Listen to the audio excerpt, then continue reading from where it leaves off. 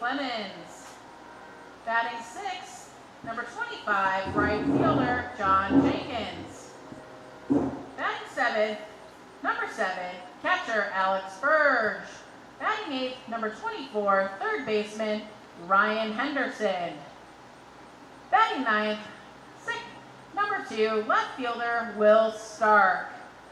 And on the mound for your Hutchinson Monarchs, number 5, your pitcher Brent Herman.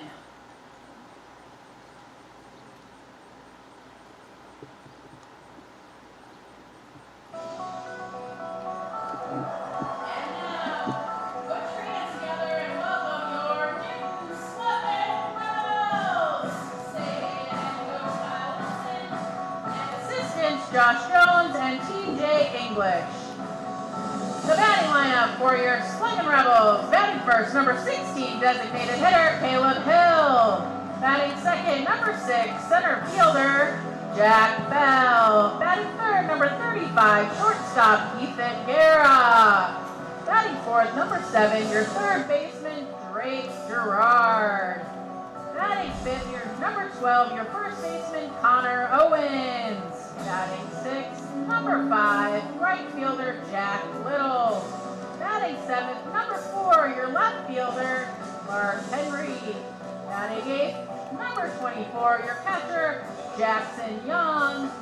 And batting ninth, number 2, your second baseman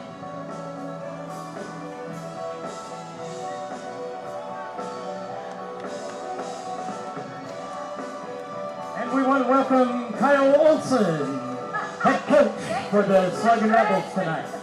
And on the mound for your Sluggin Rebels, number 13, your pitcher, Dalton Patton. And now let's go to the field to our music director and PA voice of the Sluggin Rebels, Craig Nye. All right, thank you very much, Heidi. Good evening, ladies and gentlemen, and welcome to Coyne Scott Field. And tonight's game with the Hutch Monarchs. At this time, will you please stand, remove your hats, and direct your attention to the American flag flying tonight in deep center field as we honor America and salute our brave men and women serving in the armed forces here at home and abroad with the playing of our national anthem. Tonight, the national anthem is being performed by Amy and Eva Ives. Amy is the choir director at Newton High School. Her daughter is a freshman at Newton High School as well. Oh, say, can you see by the dawn's early light what so proudly we hailed at the twilight's last gleaming, whose broad stripes and bright stars through the perilous fight o'er the ramparts we watched were so gallantly streaming, and the rocket's red glare, the bombs bursting in air, gave proof through the night that our flag was still there. Oh, say does that star-spangled banner yet wave o'er the land of the free and the home of the brave. That right there, ladies and gentlemen, is the way the national anthem is performed. Amy Ives and her daughter Eva from Newton. All right, the Sluggin Rebels tonight want to warmly welcome the president of the Newton Baseball Club, Mr. Mark Fox, to the ballpark tonight. Mark has been a long-time friend of the Newton Sluggin Rebels, and he has enjoyed a lifelong passion for coaching both baseball and basketball. He coached baseball at Newton High School in the late 80s and went on to coach high school and college basketball for more than 35 years. He's taken talented teams high school state tournaments, including a championship run as head coach at Halstead, grabbing their first state basketball title in 50 years at that time. How about a round of applause for that feat? Mark lives here in Newton, is a member of the Public Building Commission Board, and works as a realtor with J.P. Wigand. It's an honor, Mark, to have you here tonight with us to throw out tonight's innings first pitch. Oh, wow, that was a beautiful pitch. Mark, thank you so much for all you've done to promote and encourage baseball at all levels here in Newton and around the state of Kansas.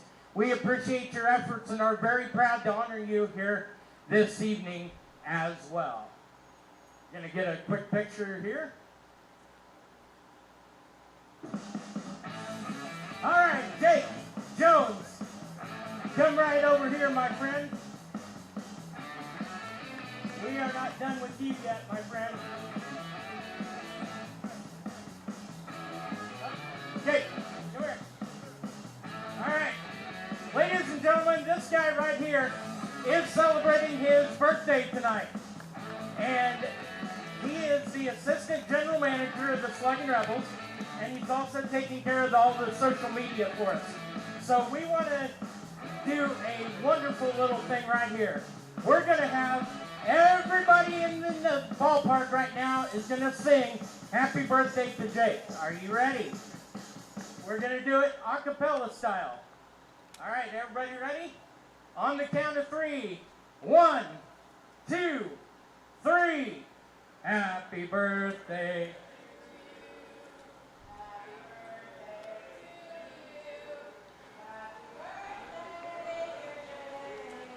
Jake.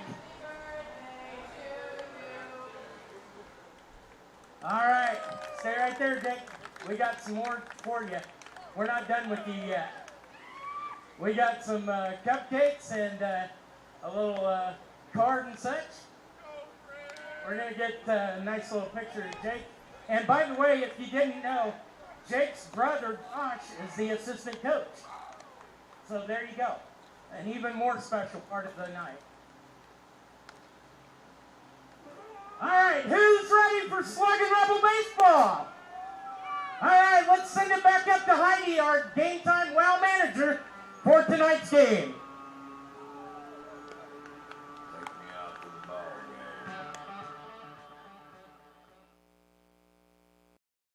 game.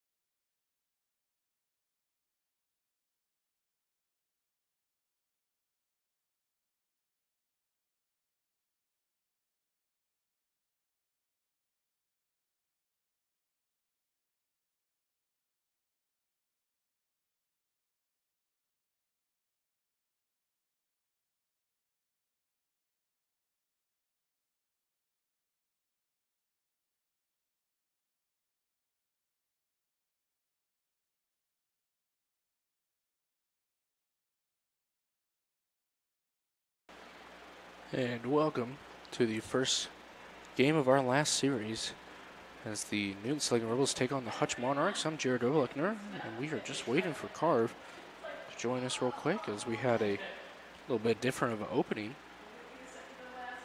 as we had a birthday shout out for one of our assistant coaches.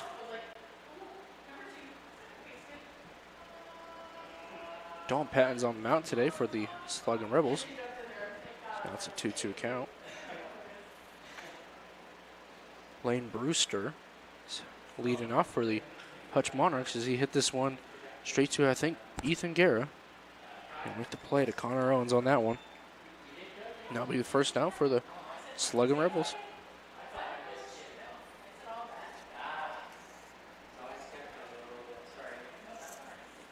Now we have Joey Barron.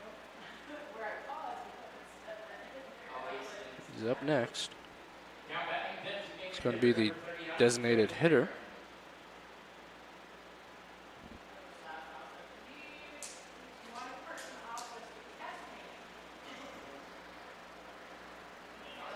Swing and a miss by Barron. So far, we've seen Dalton Patton do pretty good on the mound. He hasn't pitched too much, but the last time he did, he had 5 innings pitched with, I believe, 8 or 9 strikeouts. As that one's hit to the second baseman, or sorry, Dalton Patton would have just carried that one to first base, and that'll be the second out of the inning. It's a great start for the Rebels so far. Sorry if I sound everywhere, but I am currently writing down the baseball scorecard right now. The second baseman, number 27, Sawyer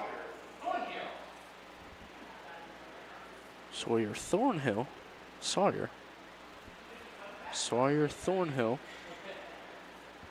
He's playing second today. Patton.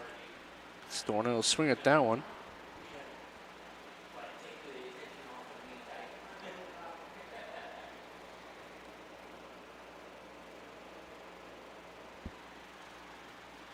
Another swing and a miss.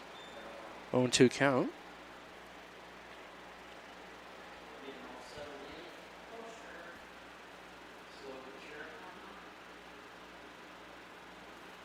Thornhill, right, or left-handed pitcher, or left-handed hitter, excuse me, and he'll get strikeout number 1. Is that strikeout sponsored by Pizza Hut Newton?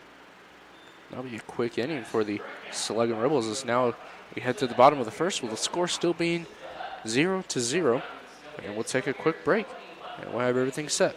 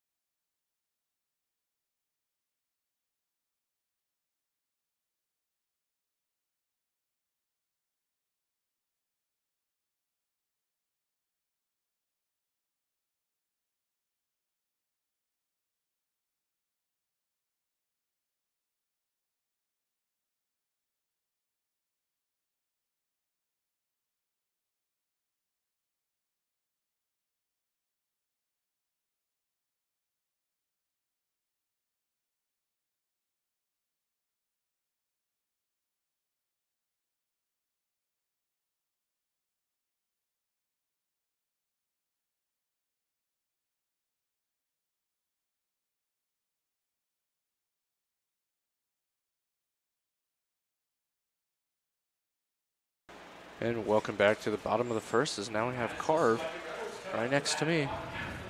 Well, hey, it's good to be back. I've been running around all the, like I said, the pregame festivities, doing the general manager thing, and it was great. A little birthday celebration for assistant GM Jake Jones. Yeah, I talked about that a little bit, saying we had a little bit different of an opening. Yeah. So we could hear the crowd and everything. But now we got Caleb Hill, DH, leading off for the Rebels.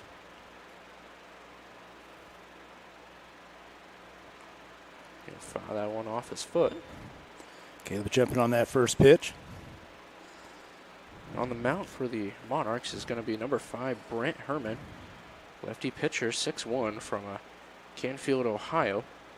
He's a sophomore at Allegheny College. Try and get more information on him. Yeah, I'll see what I can find.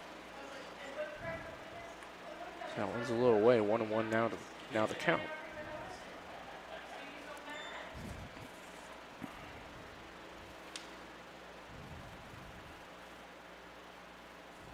Yeah, Herman 26, 5-0 with a 2.36 ERA. It's a great pitcher so far.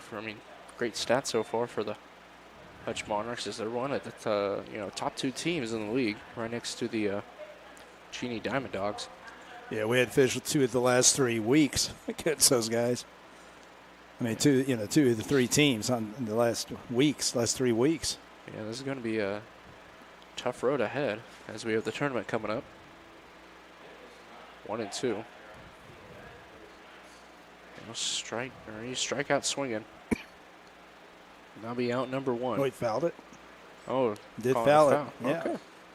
Yeah, I couldn't tell from here. We're kind of blocked out by the umpire, so. Yeah, it kind of looked like it was a swing and a miss down low, but I'm going to call it foul, so Hill's still alive. Yeah, Herman's their top pitcher with 5-0 rec, 26 in the 2/3 inning, and he only walked 6 guys. That is very impressive. So you got to come up, be aggressive against these kind of guys. A guy like this. So that's a nice chop by Hill. They're great. Now cut through the first baseman, and that'll be a single. Sponsored by Central National Bank. So now we got Jack Bell, the center fielder today. I'm interested to see how Jack Bell does out in center field. He usually plays left field for us, but shouldn't be too different. But I've talked to many outfielders, and even the slightest change to center field to right field. Well, I get a feeling that they're trying to go more with an offensive kind of lineup right now. Yeah, because we got Jack Little and Clark Henry also right next to each other. As that one's hit straight to the second baseman, but we'll just get right past him, and that'll be another single. Sponsored by Central National Bank. So now we got 2 runners on with 0 outs. Let's go see how just what we talked about the other day, how we're going to perform with runners in scoring position. And I think, considering the pitcher, Herman, hasn't really walked too much, I think this is where we're kind of trying to get more aggressive with it. Right. Well, that's the thing. When you look at the stats, this is when you look at the stats and see what can we do against a pitcher like this. A guy walks a lot of batters, and he can be more selective. Yeah, patient, like you were talking about the other night. But now you got to come out of the gate swinging, it seems like. So Ethan Guerra's now up, and he'll crush that one to left field, but it might be in foul territory. But a lot of room. No one's going to get there, as that's going to be out of play. You still wonder sometimes, that a lot of space out there. He got high and up in there, but I'll be out of play, and that'll be a monstrous foul ball. Sponsored by Central National Bank again.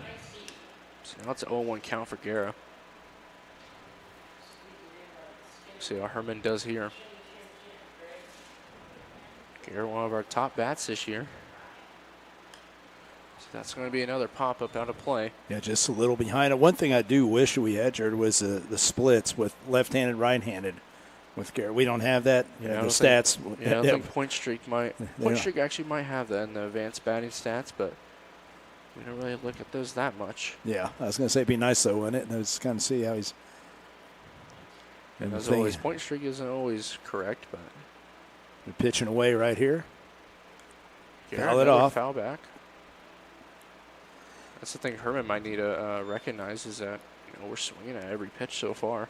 Yeah. So, I mean, we're maybe throw a little off speed. Well, Garrett's got to still sit that fastball. He's got a good fastball. So, I mean, he's got to sit back on it. Just the thing is you don't want to double play. I mean, that's the.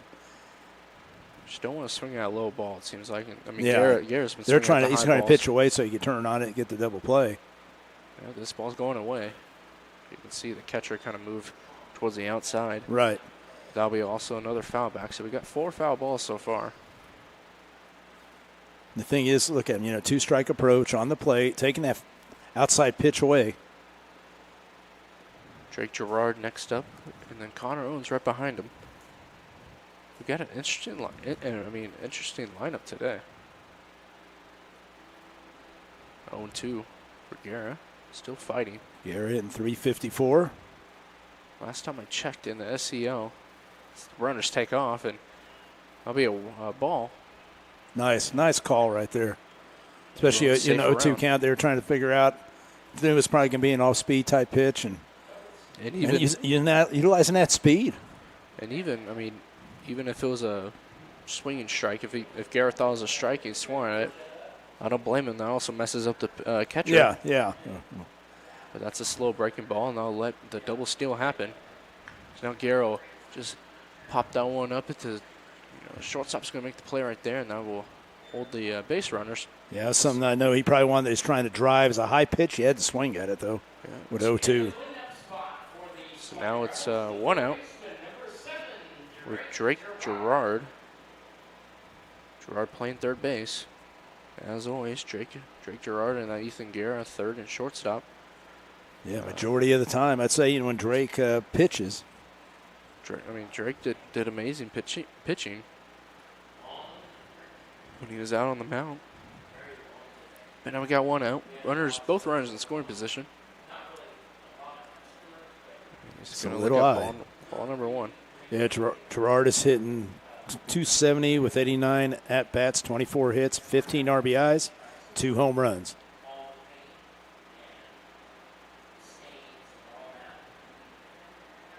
What I know. That's going to be a nice breaking ball. Yeah, see, and that's a pitch you need to lay off. That's a ball, So it wasn't in his zone. If he lays off that, now he's 2-0.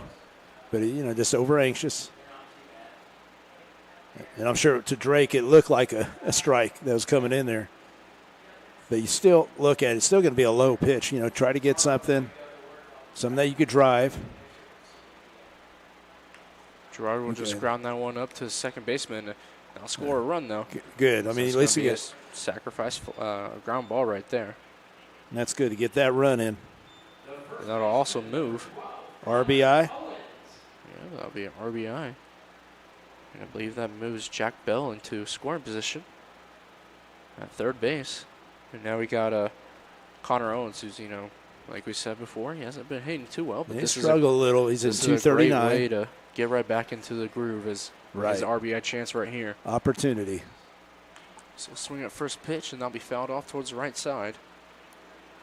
But so far I like this aggression so far by the Rebels.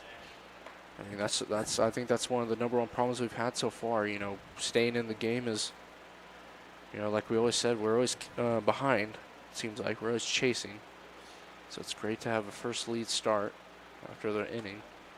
Yeah, I think a lot of it you just have to be selective on some of the pitches, and early in the count, I feel like sometimes they swing at some bad pitches. Most hitters do. A lot of guys, they swing at the bad pitches and they get themselves in a hole. It's a lot, 2-0, 2-1-2 is a lot different. See, like that pitch, that's down low. Maybe lay off that because you're not going to do with it much if he even hits it. Now he's in 2-strike mode right now, so he's got to choke up, get on the box, get on the plate. 1-2 count for Owens. Runner at third. You don't need anything big, just a little base hit. That's going to be a nice piece of hitting by Owens, and that's just going to be too much. Yep, he hit it well, though. Yeah, that'll be great contact. That was just a little too much, and it'll be caught by the center fielder. That was Lane Brewster on that one. With that, they'll end the inning for the Sluggin Rebels, but we're already up 1-0 with 2 hits. So great inning so far, and we'll see what adjustments Herman will make next inning. But with that, take a quick break, and we'll be right back.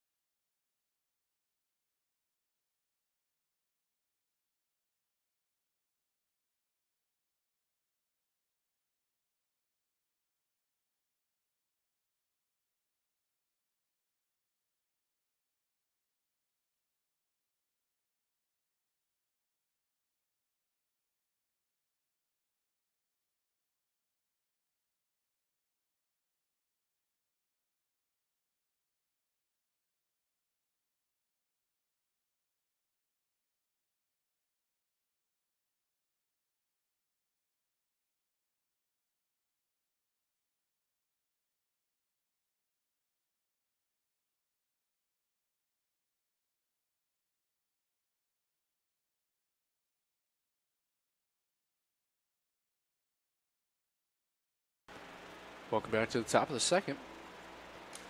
So we had a great inning by the Rebels so far. So now we got Hunter Audrey, the first baseman, going up against Dalton Pound. He's wearing number 13 today. So we have on him.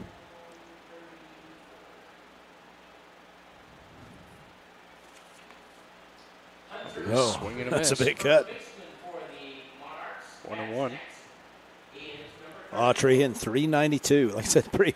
We talked about how if you look at Cheney's numbers, looking at these, it's pretty. Look at that. And took a little something off that right there, but Autry's got a 392 average, 51 at bats, 21 RBIs. 1-2 the count. There's no chance for an RBI for him here as no one's on base. So lay off that one, 2-2. Well, there's only one way, and I hope we don't see that. Yeah. We do not want to see that. We fouled off. Still 2-2. But behind home plate, we have Jackson Young. Yeah, Jackson, his defense, he's definitely, I think the pitchers like pitching to him. And, I mean, both our guys, I think. Yeah, Jackson Young and Brandon Harper are two main pitchers, or catchers, excuse me. Now that's going to be a full count.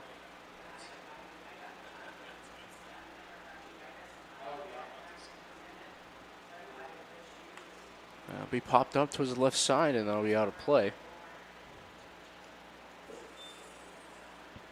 17 pitches so far for Dalton Patton compared to 14 for Herman. Yeah, it's with him, he doesn't go too many innings. We know that. He went 4. So that's going to be check swing, and they're going to say he didn't swing, and that's going to be a walk. That was pretty close, though. Okay, I did not have the scoreboard up the whole entire time. Excuse me for that. But now we got Cade Clemens. Yeah, Clemens hitting 271 and 59 at-bats, 16 hits, 15 RBIs, and 3 home runs. He's playing shortstop today. So he's going to foul that one off.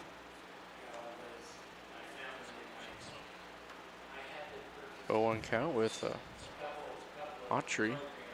I mean, you got Thornhill leading, I think, league leader at 451 average.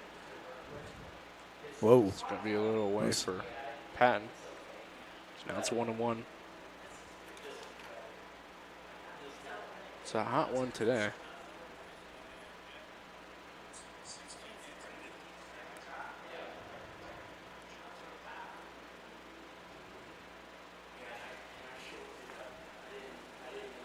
A little too low. So now it's 2-1.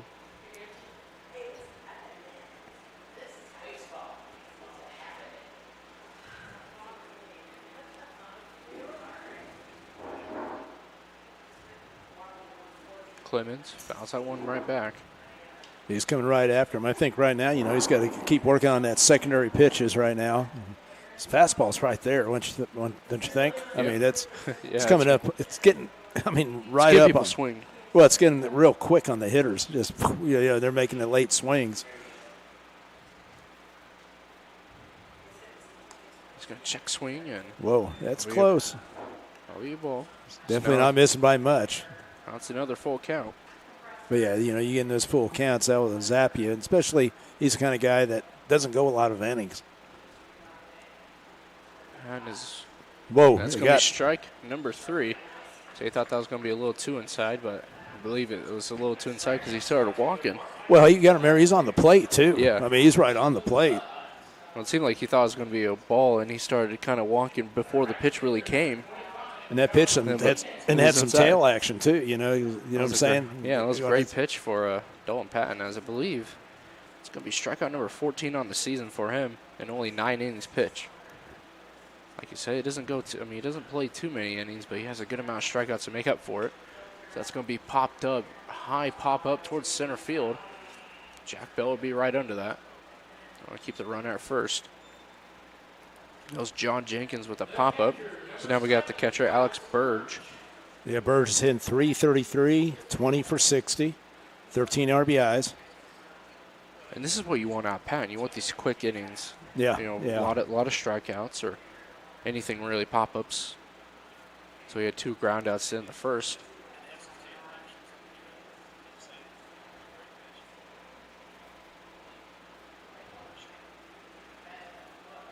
And now it's 2 outs, runner on first. Let's see what Alex Burge can do here. And 2 outs. That's what you and I were talking about. I mean, we had to write a thing, things that they've really battled this summer. It's one of the 2 out hitting, or 2 out stopping 2 out people. runs. Yeah, 2 out, yeah. We just got to stop him. I mean, plain and simple. Just can't let up. 1 count. There, see right there, it's taking something off right there. And Testing out Burge's patience right there on that low inside. He'll lay off of it. Now it's 1-1. well, see, that's what I'm saying. That's good patience. I mean, lay off, that's not your pitch. Thought about it. Now it's 2-1. Man on first still.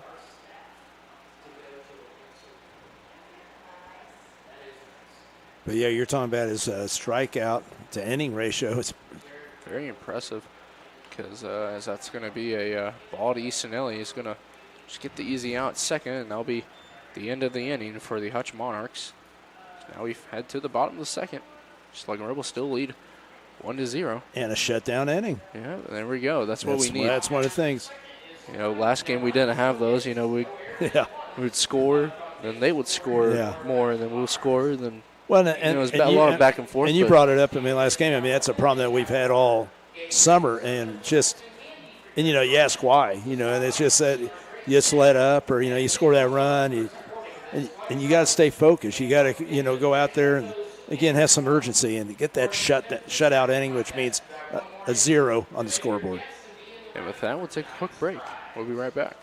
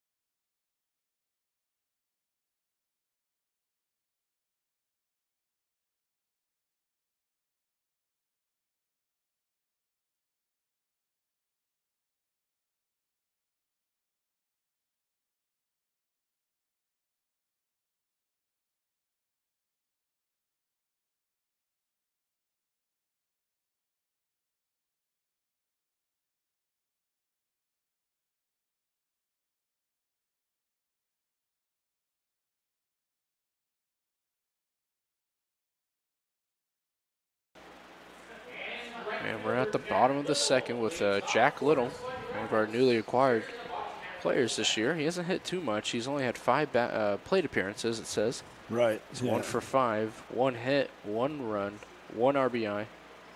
So he's hitting a perfect 200. Yeah, I get to talk to Coach Olson before the game. You know, he's trying to get something going. He knows, you know, it's a tough part of the season. And we were talking about it. Said this time the wood bats, you should be used to it. Yep. It's not like first couple of weeks. First couple of weeks are pretty good so far. I think we're almost 10-1. We had a great win streak going on. Yeah, for we him. did have, you know, and we adjusted. I thought, well, we adjusted well. We're going to have a fun summer, you know, hitting the ball, and just been. I mean, some guys, you know, there's been holes in the order, and some guys have hit well, and some haven't. We're still trying to figure. I mean, we're still trying to figure out that lineup, like your perfect lineup that is balanced all the way. So that's going to be a swing and a miss. That's going to be strikeout number 1. And you got to look at it too. We talk about the dog days of summer, and guys' bat speed I think starts going down. I The think more the season goes. Yeah. You know, it's like Gary. You know, Gary's never played like this every day. Yeah. Being a young guy, there's going to be some wear and tear, especially Right. towards later down the season. and that's why I always think you got to have you got to have depth, and I feel that's one thing that we did have. Clark Henry, also pretty new. So it's going to be strike number 1. Yeah, Herman's starting to locate a lot better. Clark Henry, 11 at-bats, 1 hit, 4 runs, 4 RBIs, 3 walks, and 3 strikeouts with a .09 average. So that's going to cut through the third and shortstop, and that'll be Central National Bank base hit. The catcher, number 24, Jackson Young. So now we got Jackson Young up to the plate. An opportunity again to talk to Jackson, and and we talked hitting for probably about 15 minutes, and I said, hey, you got to forget your stats. Forget about it. And just go out there and have every at-bat and make it special. Every pitch. Have fun is always my motto. So it's going to be a low And then lay off. Let's see, lay off that. pitch for Herman. Because I think he's got a lot of potential. I mean, and I know. I think a lot of our catchers have great potential. I mean, especially hitting-wise. You know, we already know how good they are at defense. Well, I just think he's better than, like it says here, 125 hitter. And I said, you need to believe that. He's going to look at a breaking ball, but that's going to be called a ball. But see, that's right there. And, I think, and he's showing some discipline. Because I think before he would have swung at that. That would have been a great pitch to swing at it, especially for our other hitters. Yeah. Some of those high pitches, they like to take a crack at those. But he's a strong young man and just needs and he knows his pitch. That's going to be strike number 1. But he's still ahead in the count. Yep, still 2-1. Yeah.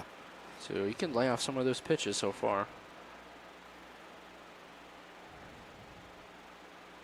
He's working on getting his foot down earlier.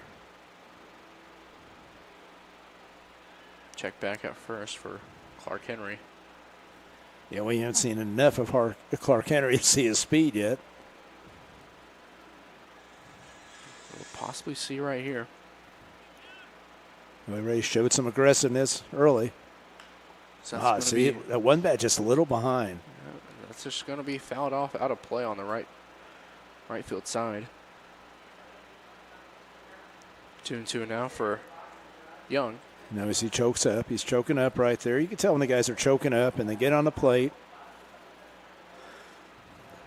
2-2. And he can't be guessing. He's got to still think that fastball.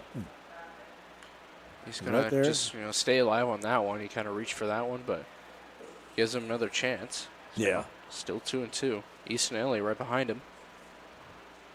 Yeah, I just don't think Young is that far away. I think you'll see him. Hopefully, by the end of this, season.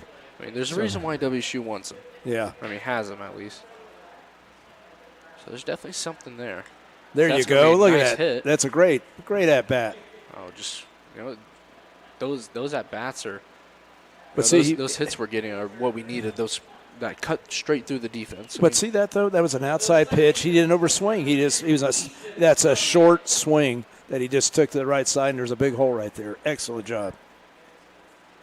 So that's going to be the third Central National Bank single for the Sluggin Rebels. There's one of our hottest hitters right now. It's down to Easton Elliott. You've got the Bethel College Player of the Game. Yeah. Yeah, I was surprised that was the first time that he, when he told me that, I go, wow, I didn't realize that. Because he's had some pretty big games. But, some of his teammates have too. Easton looks at a high ball. Elliott's right up there. Second leading hitter right now, 357. And like we always say, especially this past couple games, Easton's patience on that, at-bats have been amazing. I think, he's probably had 6 or 7 at-bats so far these past couple games. He's probably gotten 4 walks out of them, and then they've probably gotten hits out of the other ones. So now it's and that's the thing. It's having his on-base average. That's one thing we need to look up because he walks a lot. A walk right here would be crucial. Oh, yeah. Because then we got the top of the order with right. With Caleb Hill with only 1 out. 2-0.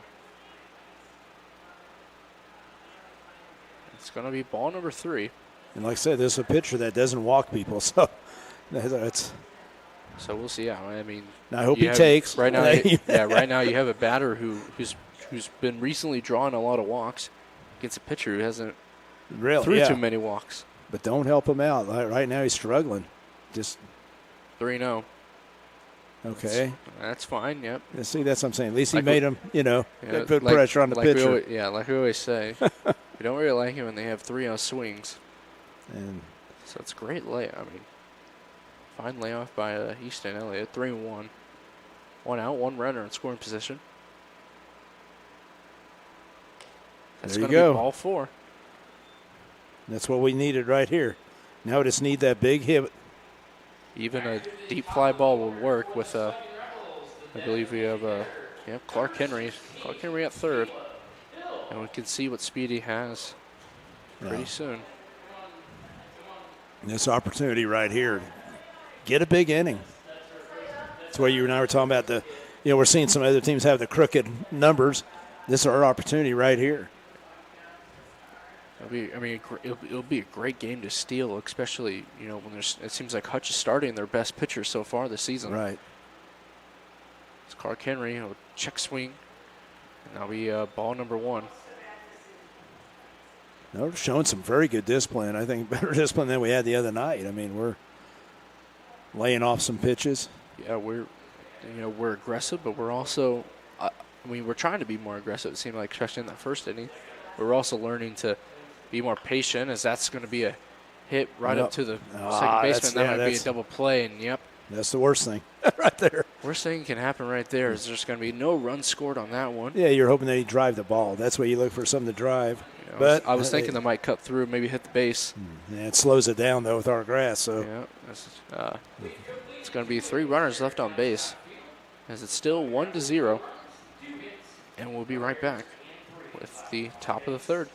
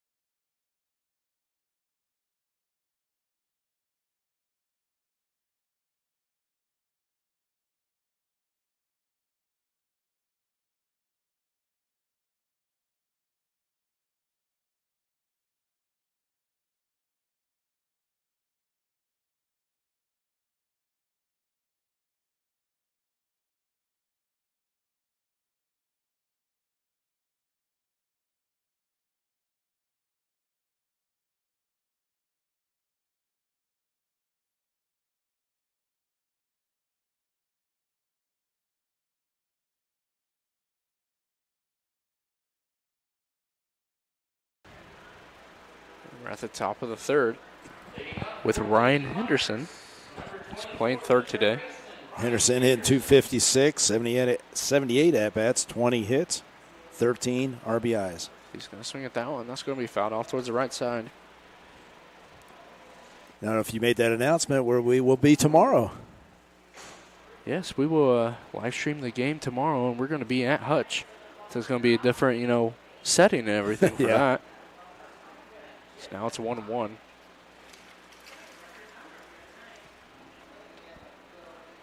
It's going to be exciting 3 days, as we're going to go to Hutch, back to noon, and then back to Hutch to end the series and end the regular season. Now it's 2-1. We'll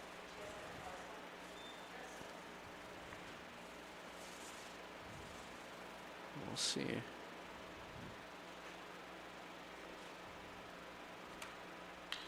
So that's going to be a nice hit towards the left field, and we'll see if he can make the play. And that was Clark Henry, and he just couldn't get that's kind of bobbled, it seemed like.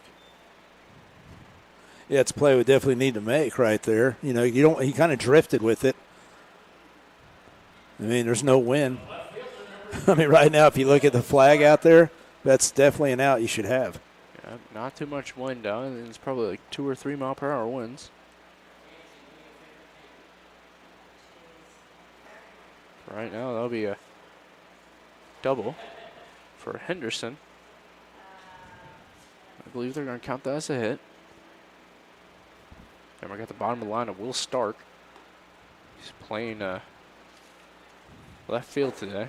Yeah, and that was the 8-hole right there. So, I mean, that puts somebody up there. That double. Looks like strike number 1.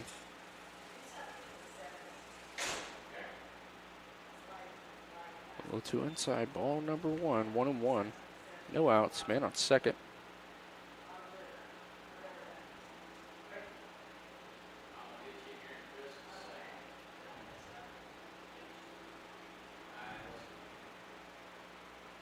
Stark will just foul that one off.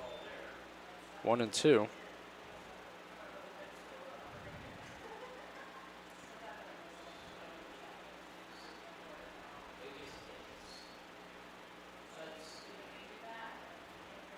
Stark is 20 for 61 this season with a 0.37 average, 0 home runs, and 9 RBIs. Whoa. It's going to be another inside pitch. And Yeah, luckily. yeah, Luckily it didn't go too far. yeah, no hit by pitch, but now it's 2-2.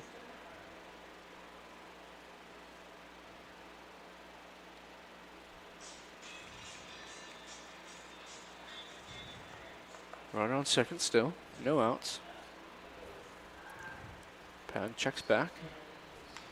And that'll be a ground ball to Ethan Guerra, and that'll just advance the runner as he's going to make the out at first. It's a little bit closer than it had to be, but Yeah, I mean, Still Garrett get attacked the the ball well, though. I mean, he came right after it. it's a slow rolling ball, it seemed like. You know, you didn't hit it too hard.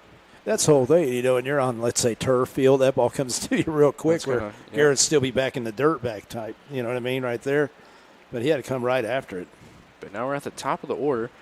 The man on third with only one out. And the infield in. You see, we're not really hugging that third, the third base lines. That's just going to be deep pop up to Jack Bell. And, they're just going to let that run go in, and that's what, Hutch wanted right there. Yeah, and he did that, jumped on the first pitch because he knew he was coming right after him. That pitch was up a little, drive the ball. Now it's 1-1. It's execution we were talking about. Yeah. Now it's 1-1. 2 outs now. Sometimes I've seen batters, especially if they get around on a fastball, they move up in the box a little so it elevates the ball so you can drive the ball like that. It's a new game. And now we got Joey Barron, DH. They're swinging at first pitch so far. These guys, the returners, they're facing Patton for the second time. They're swinging at the first pitch. Now he's 0 for 1, or 0-1. Now off that one, 1-1.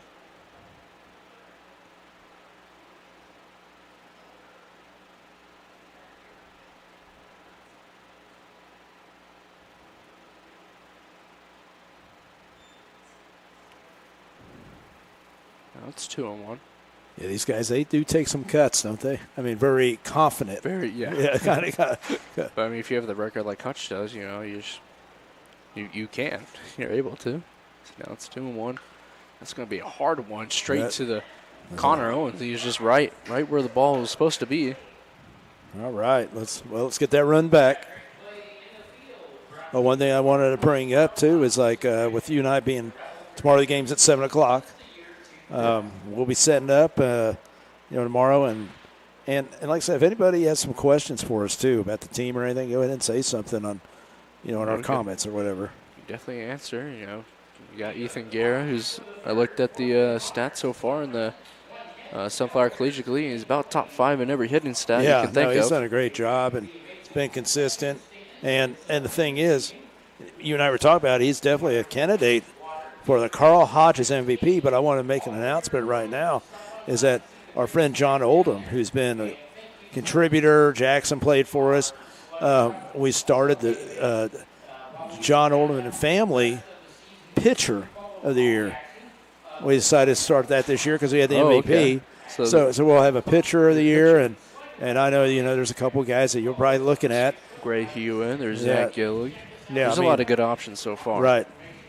So that's going to be exciting. I did not know that. Yeah, we just started that, and I said, why not? I've had some people ask me that before. So why don't we do that? Why don't you, some of the pitchers, because the MVP usually is the guy that plays all the time. And yeah. Now Gillig, like I said, last year Gillig won it last year. But I think that was pretty. He stood out as a pitcher. Gillig was doing Gillig things. Yeah. But we're not going to take a break, as now you got the Jack Bell 2-hole playing center field today. Not as always. Sorry, he's usually playing left field. Our lineup's looking pretty normal. It's just our right field and left fielder Yeah. with Jack Little and They Clark just, Henry. like I said, trying to get that offense going. Shows bunt and pulls that one back. So you got the third baseman playing. And Coach and I talked about that too. And We always bring it up every game. Every game. We always look at the third baseman and see how far back he's playing with these. Well, I brought it up for when we had our first meeting. I said, that's your advantage playing on this field. He's going to take a nice swing at that one, but he just miss it. So now it's 1-1. Especially when any third baseman's playing back in that dirt. Especially looking like, the grass seems like it's kind of shortening it up. Like, compared to, the first game of the season, that grass was high. So that's just going to chop foul. It seems like the grass has been cut down a little bit more and more. I had a player one time years ago when I was head coach of Kansas Wesleyan. He was trying to perfect the swinging bunt. Just like that, swinging on top and let it roll. That's what they call it. It's like a bunt. I'm saying, well, you must have great hand-eye coordination if you could perfect that. Just usually swing on top and let it spin off. Usually people do it on accident, but if you're able to perfect that, it's going to be very deadly. Like this right here. here. That's going to be a ground ball straight to the second baseman, and we'll make the play on that one. Yeah. See, that second base made adjustment. Sawyer Thornhill. Yeah, Thornhill, he's a very good all-round player, obviously. But he knew he had to attack the ball. He came right after because he was playing back a little. Now we have 60 people watching. Wow. Well, hello, everybody. Yep. Let us know where you're from and how everything's going. And very any exciting. questions here, especially for Jared. He's kind of the guru here. Yeah. Put the pressure on you. Now we got Ethan Guerra. But like we always said, we had 9 All-Stars this year. We had 9 All-Stars. Yeah, 9 All-Stars. We're still fighting for a spot.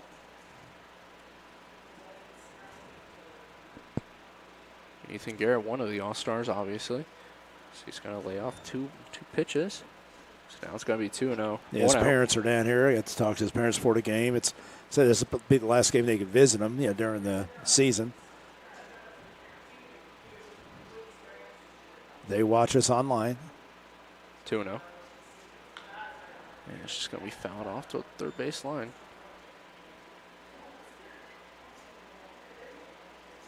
It's a fine young man. I was thinking about that just out of high school. That's the thing that shocked us at the beginning. We'll see how he does coming out of high school. He started off strong, especially with those 2 grand slams, back-to-back games earlier in the season. But now it's 3-1. And Guerra's been always a consistent player, especially, like we always said, plate discipline. He's shown that throughout this whole season. We'll see what he does with a 3-1 count. What's he looking for? Nothing. Don't try to do too much. So look at that one, and that'll just be popped up towards the right side field. He's being aggressive. I think he's trying to shoot for that right center gap, it looked like. Yeah. Just a little behind. But now we got a full count for Guerra. We'll see if we'll make Herman pick up his single-digit walk this season. So he'll lay off that one, and like I said, be 2 walks. He'll walk. He'll take a walk and say, hey, next guy, help me out. Let's go. Let's be a team here. He does that. And the thing is, he has like you're doing his stats, his walk to strikeout ratio. It has to be one of the best in the league. So now Guerra at first brings up Drake Gerard. He's been as a, duo, especially early in the season. They used to have this lineup that was always the same, Gerard would be right behind Guerra in the batting order. See, that's a good pitch lay off the low right there. Yeah. Now, last time he had that 4-3 ground at second base, got the RBI for the 1 run. Like I said, they do pitch away. That's going to be another low ball, 1-1. But yeah, we've already gotten a third of Herman's walks this entire season. He's at 6 walks this season, and we already drew 2. Yeah. So it's a great start so far for the Rebels, even though it's 1-1. Yeah, that's something. Just going to look away again. Now it's 2-1. And Gerard tells Guerra to hold up. Herman's last outing was against the Islanders, where they won 11-0. He's gotten 5 straight wins in his 5 appearances, his 5 last appearances. I'll tell you stats against the Islanders after this pitch right here, 2-1. So it's going to be a check back. Yeah, Garrett right there doesn't have that big a lead right now. He wasn't even ready to extend his lead. He was just walking off, starting to walk off. He could probably take another couple steps maybe. 1 out. Gerard So we get nicely down the placed line. that one towards the right field side, and that's There he goes. going to drop. And Garrett is looking to stay at third, and that's going to be a stand-up double, sponsored by your Midway Motors of Newton, your Chevrolet GMC There and you Buick go. dealer for every mile. Well, of they life. kept pitching him away. And that's Yeah. and that's a awesome pitch to swing at for Gerard right there. So that's just gonna, drop on the right field side where the right fielder, he just tried to hustle to get right behind the ball, maybe get a stop, but. Let's going to see what the defense does. Looks like let's see there. But now we have no chance of a double plays. Now we got Connor Owens. Right, Connor's got to get a good pitch to hit. The infield's in. He had nice Or- contact last time, but it was just a little too high. Or if he punches it through the infield. Both runners in scoring position as he looks at strike See, number that 1. sometimes is the best pitch. That's like I said, that was a good pitch right up there. Fastball. Be aggressive on the first pitch, especially when you got 2 pitchers in scoring position. Now That's what Hutch did last time. That's how they got Yeah. their sacrifice run. He's going to swing at that low one. Now it's 0-2. Yeah, so I mean, I'd rather have that first pitch than that one. That's just when we were talking about being 1-0 and 0-0, whatever. 1-0, 1-2, 0-1. You're not going to, or 0-2. You're not going to 0-1, get. you got to be a little safe, especially with 1 out. You don't want to strike out here. It's all about the count. You want to get the ball in play at least. 0-2 count for Owens. Because it's an opportunity. I look at it as an opportunity for him. See, Good. Laid off. Check to laid off that one. Now it's like the same pitch. Yeah. So I mean, the thing is, that's the thing. Quick adjustments. That's There's all. no pressure. I always tell guys, it's not pressure, it's opportunity. If you're a hitter and you think it's, I'm pressure because I got runners on, you probably shouldn't be playing. If I'm Owens, I'm not really trying to get a hit. I'm trying to, score a run. So now it's 1-2. Rare at third. Gerard at second. He'll lay off that one. Great layoff. But you look at sometimes the counts and all that, what you lay off, and it might be 3-1 now and stuff. It's all about the counts, and that's about approach. And then we'll see what he does here. He's got 2-2 count. He's got to swing at anything close. We'll see what he does here. And he can do it. That's Whoa. Great. Is that Burge right there? But great stop. Great stop by Burge right there, yep. But what I do like about Owens so far is, I think the past 2 pitches, he's kind of, he's watching the ball. You can see he's watching the ball. Right. On the He's outside watching. pitch, he's kind of leaning into it, thinking maybe, but obviously he's going to lay off. But that's what I like to see in hitters when they're kind of watching and Now he's not really adjusting. choking up, but he's on the plate. I mean, he moved up a little towards the plate. Full count now for Owens. There, See, there. he's just going to chop at that one, and they're going to try to play or make the play at No. home, and they do. So Yeah, great. that's a tough play right there, right to first baseman, and I don't know if Gurra was going on contact or not. I couldn't see. It seemed like he probably was. That was a As good play. As he thought he was going to be the throw from it's going to be Autry made the play on that one.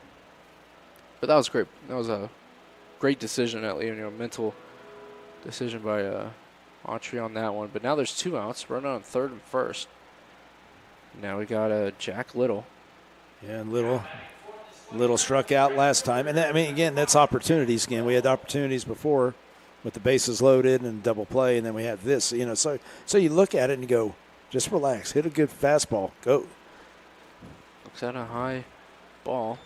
And it's not easy because pitchers are sitting there. They're trying to keep the ball low. They're trying to they want you to hit a ground ball, especially with that infield in like that. Just unfortunately, you hit it right to first base. If he hits it in that hole, we got 2 runs. Want to know? Just look at a nicely placed strike by Herman right there. 1-1, 2 outs. Runner on third and first. We don't want to get shut out with runners on base. That's going to be another low ball. 2-1. Just want a simple base hit. Get that run in. Well, in the situation, too, you got to run around third, less than 2 outs. Most guys, they want to hit a long fly ball. Yeah. They usually want to drive it. And the Hutch pitchers are keeping the ball down, so I guess obviously we can't do that. Man. Ball. I mean, great defense, and Connor Owens has made a pretty weird decision. Well, and I think, you saw him cut it off because they thought maybe they were trying to get the runner in. Yeah, but even as Owens, he kind of just stopped right as his closest seconds. So it was like even if he thought that, was he going to run like a delay? Back? That's what they were talking about, like a delay or something like that. Great steal by that's going to be a steal by Connor Owens. But here's a good time to get a hit right here. Both runners in scoring position. That ball is just going to be hit up to the shortstop, and he'll try and make the play on that one, and he does. So that's going to end the inning right there. But we've left 5 runners, 6 runners on, and that's the good news. About this. Yeah, I mean, the good news is you're getting runners on. The bad news is we're not getting them in. So it's just something that if we can keep this going, it's going to break out. With that, we'll take a quick break, and we'll be right back.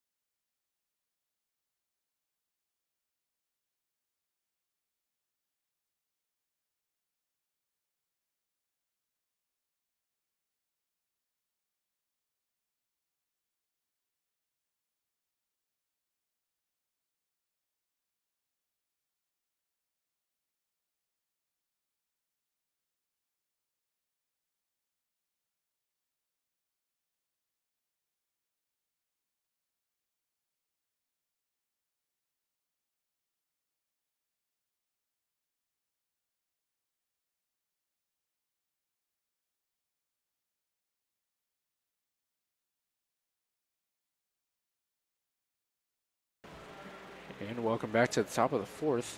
As got a message saying, "Hi guys, Sawyer's mom and dad all the way down here in East Texas watching. Y'all are doing a fantastic job."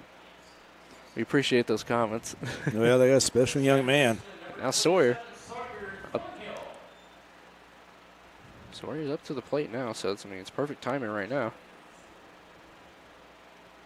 Like I said, hitting 451. Good eye. 1-1 for Thornhill. 450.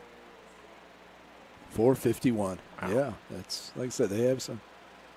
Well, that's why they're one of the top teams. Now it's 2-1 for Yeah, Dylan Patton. they've been struggling. I mean, battling it out, I'd say. That's how we look at the standings. Yep, Double check. Yeah, double check officially. Yeah, it's now we it's haven't, 2-2. we haven't really looked at the first 2 because we're not battling for either of those right now. We're trying to get up, get that. Get a nice seating placement. Exactly. For the tournament coming up. So that's going to be chopped straight towards Dylan Patton. Wow! We'll make the play right there.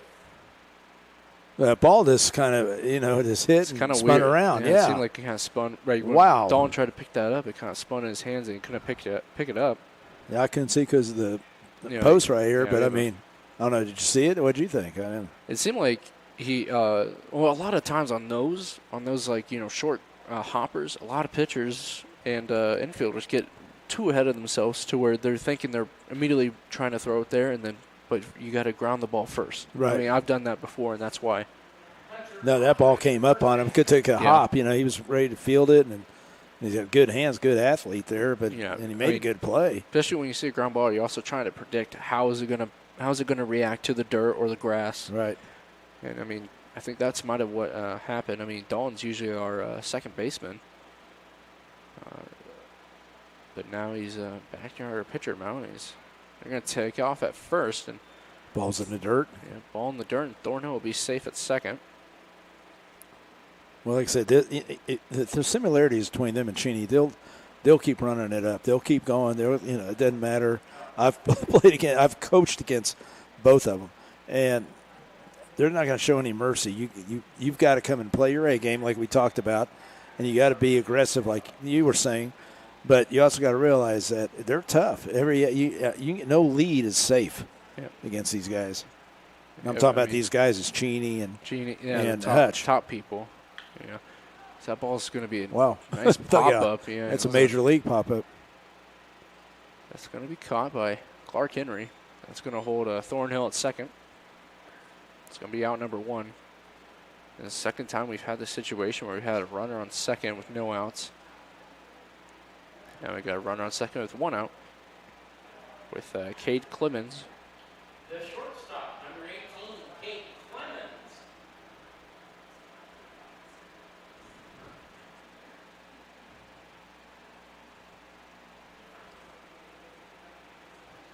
Clean count for Clemens. Yeah, Clemens had a big cut right there, and the shortstop, he struck out backward K the first at bat.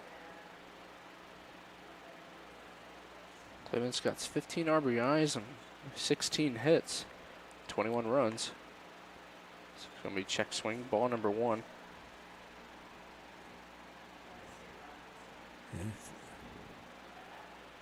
I mean, we're looking at the stats right now. Well, and the stats that they have there, you got to have all of them. You can't just have that's just league. Yeah. So that's what we're looking at. Another check swing. That's going to be strike number 2. But Clemens, another good hitter, averaging 267, 18 strikeouts, and almost 60 at bats. It seems like. 1-2, and that's going to be a swing and strike. Wow! Now see 3. right there, the little slider right there. That was pretty nice. Yeah, it's a nice strikeout when it's just a slow swing. Swing, and that's what you want. Well, he took it first cut. It was really aggressive. That last one was tentative. So that strikeout's sponsored by Your Pizza of Noon. Just knowing how pizza's the Hut. Okay, here we go with the 2 outs. But here we go. John Jenkins, runner at second. This would be a great inning to get a shutout right now after they scored 1 last inning. It's going to be interesting to see if Coach is going to go a little longer with him. I mean, he's only been going 4 innings. Yeah, 4 innings. See that? 44 pitches, it says. Wow. So that's going to be a nice high pitch right there. So now it's 0-1 for Jenkins.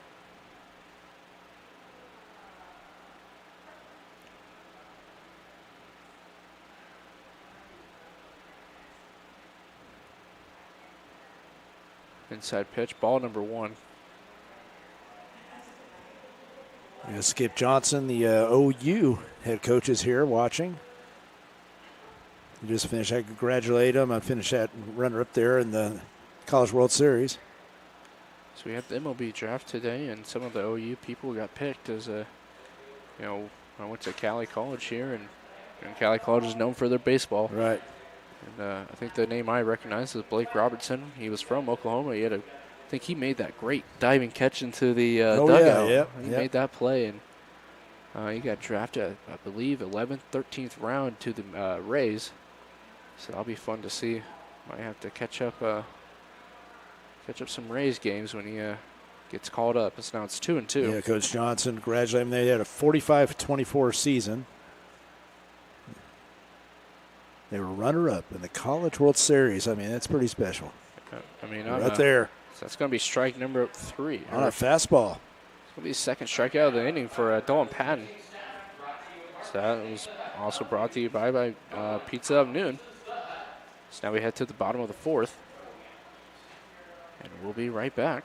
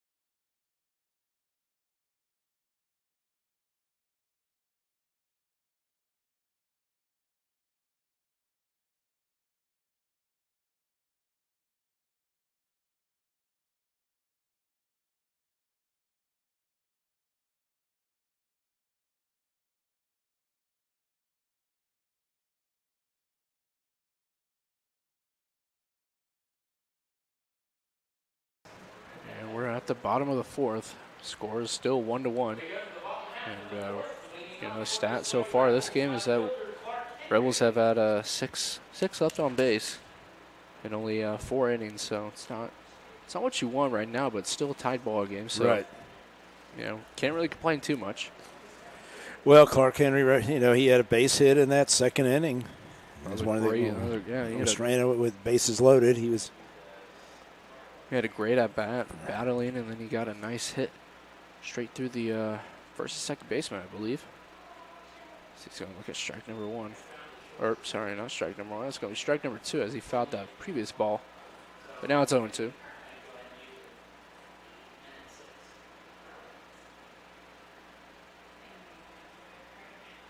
Herman. Here's 51st pitch, and that's going to be a foul ball. I was looking at with the defense up to the 2 strikes, they always back up. And I had a kid years ago at Friends University, a guy named Brett Schaefer. He was All-American, hit 504 one year, and he would bunt. He'd do it like a push bunt or right-handed hitter and get on base. Yeah, they want to be ready for it. But he had the confidence, So far back, so that's going to be a swinging strikeout. And, and there we go. Hey, did you tell him to do that? And I'm like, and I'm like, they didn't say anything. And great call, coach. But Brett did that, and he'd see it because they're playing way back. He goes, if I just do a little push bunt and get it past, and he was fast, very fast. He was second in the country. Actually, he led the nation stolen bases one year. If you're confident in your bunting skills like that, that's what I was thinking. Count, then do it. As that's going to be a nice hit by Henry. As I mistakenly called him for strike number 3, but it was a foul ball. But ball's just Henry. He got on that. The shortstop makes all the plays. That was a hard hit ball right there. I would say Clemens does make all the plays out there too. But now we got Jackson Young. And we'll see what Jackson does. He's the 8-hole right here. Also, him and Henry both had 2 great at bats, battling for it, and we'll see what Jackson Young gets here. Because as always, you got Easton Elliott right behind you. Yep. So don't need to worry too much. Good. Lays off that one, and Clark Henry would just try and get up there. And great save by the second baseman right there. If he didn't slide, that probably would have hit him. If he went up standing up. That was a great backup by that was Thornhill. Their center fielder comes, like I said, you saw the center fielder. You can tell they're well coached. He also kind of came up there. He sprinted in. Which as soon as you see the catcher going, you come right in. So you'd see when center fielders just stand out there spectating. He came sprinting in. You always got to back that up, as now it's 1-0.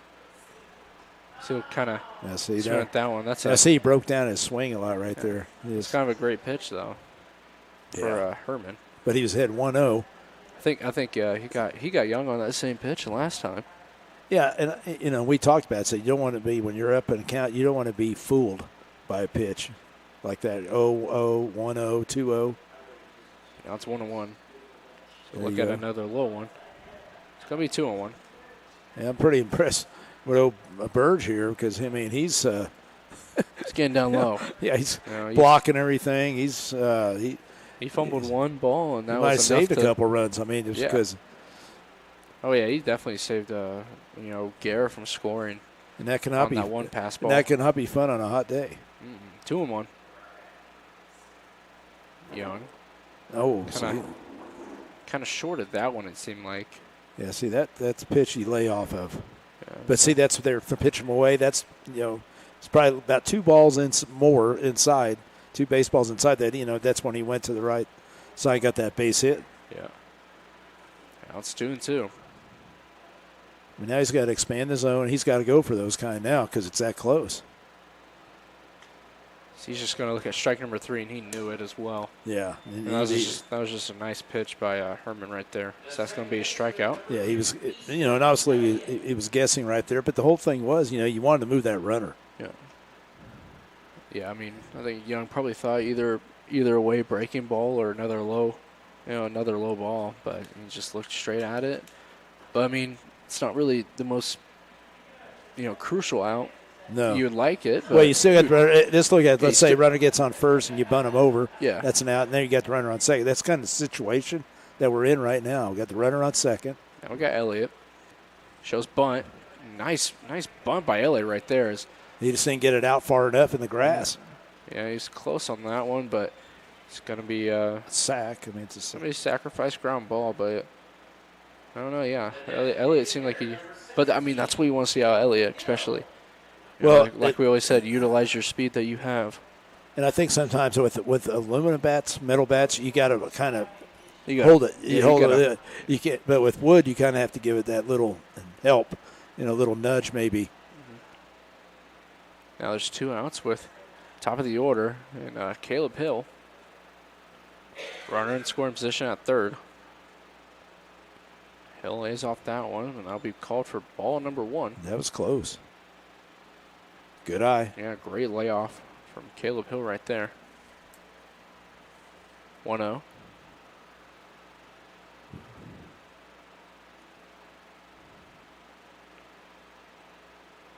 Another. We lay off that. I know I've seen him swing at those a few times. So it's good he's laying off. But now he's hitting the count. This is what I'm saying right now. Just don't help him. Don't. This is what you want. This is what you want. Batter's count right here. As a hitter, this is your count right now. Especially with a runner at scoring position. Yep. It's a good pitch. 2 balls, 2 outs. So he'll hit that one straight to the first baseman. I'll get past him. Hit it hard. Hill's looking to. Look at that. Good hustle. Great stand-up. Double, Midway Motors of Newton double right there. That would be an RBI as well. There we go. Breaking out right there. That's what you want right there. And a 2-out hit. That was that was a bullet straight to the first baseman. Took a hop too. Took one. Yeah, those hops where they're right next to the dudes. They're gonna be scared it's gonna hit him in the face at that point. So that was a great piece of hitting by Hill right there. But now we got Jack Bell, who was I believe Audrey just kind of put his hands up like they had no chance. Try to block it with his body as Hill's gonna try and hit that one right over first baseman, but it just won't work. So now the inning comes to a close, but now the Rebels got to score. And now it's top of the 5th, and it's 2-1 in the Rebels' favor. And with that, we'll take a quick break, and we'll be right back.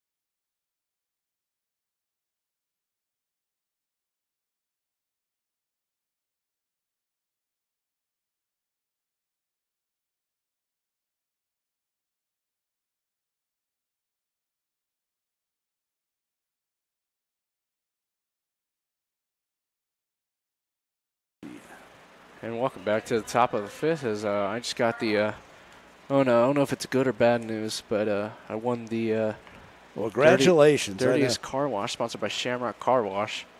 Man, that's, you got to be pretty happy. I'm happy, but I'm also, confused. Are you embarrassed a little? No, I'm kind of wondering how it's that dirty. Okay. Well, you better go get it. I'll go ahead and I'll take care of it too. Take a quick break and let's go ahead and. So we got a new pitcher in. Sponsored by Pizza and Noon. Now I'll be right back. All right, he'll be right back. Derek Schaefer is now on the mound. Hold on here, please.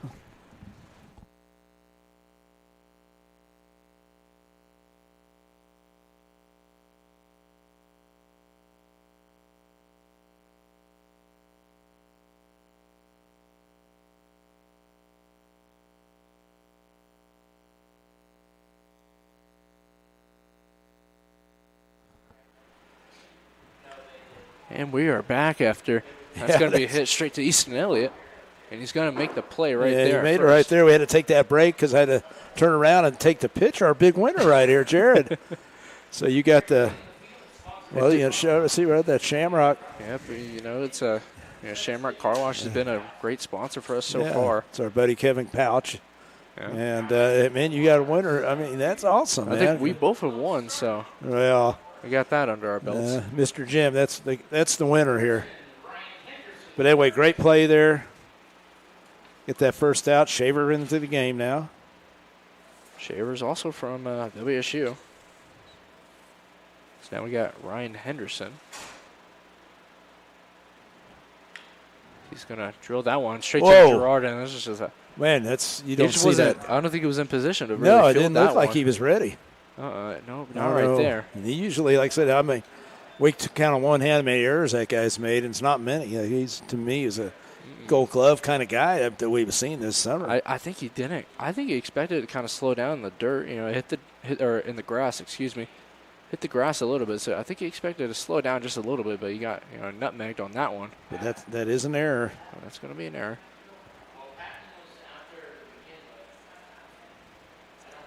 But now we got Will Stark, bottom of the order. And Stark rounded out, shortstop. Bottom of the order for Hutch. Shaver's looking to try and get a nice double play with that low pitch, but we call for a strike.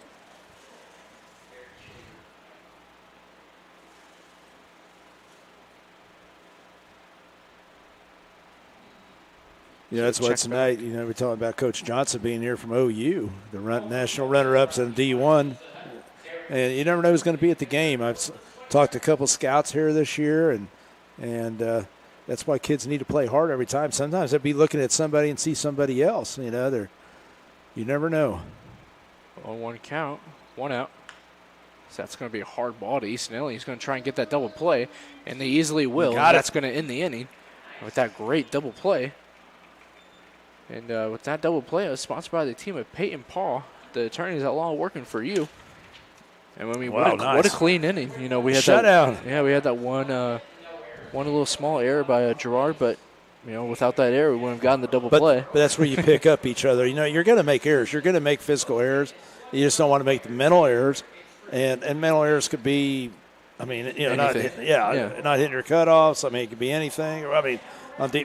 But the thing is, we bounced back and got the shutdown inning. That's 2 of them. That's what we need. And that's what we need in most of these games.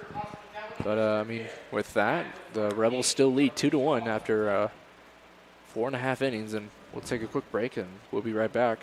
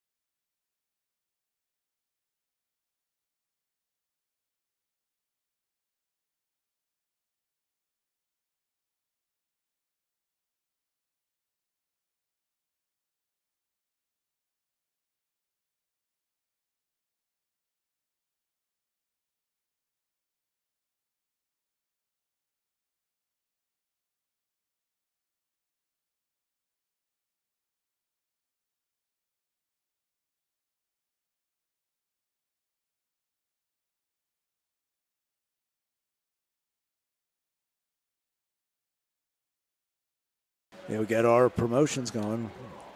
So, we haven't really talked about that, have we? The promotions. But we haven't really talked about it too much. But that's right. This game's been really good. But, we just witnessed, one of our promotions is the Sluggin Rebels Dirtiest Car, sponsored by Shamrock Car Wash. And, they just go out in the parking lot and see which car is the dirtiest. And, me and Carv have both been recipients. Yeah, that's because we drive back and forth. Yeah, and that must be it, right? We drive about an hour to each home game, so it's going to be a lot of dead bugs on the front of our bumpers. Especially in Kansas at this time of the year. Yeah, usually when games don't get done till about, we don't leave about 10:30. Well, here's Guerra up that takes a strike. Garrett's always nice to have a lead off. So now it's 1-1.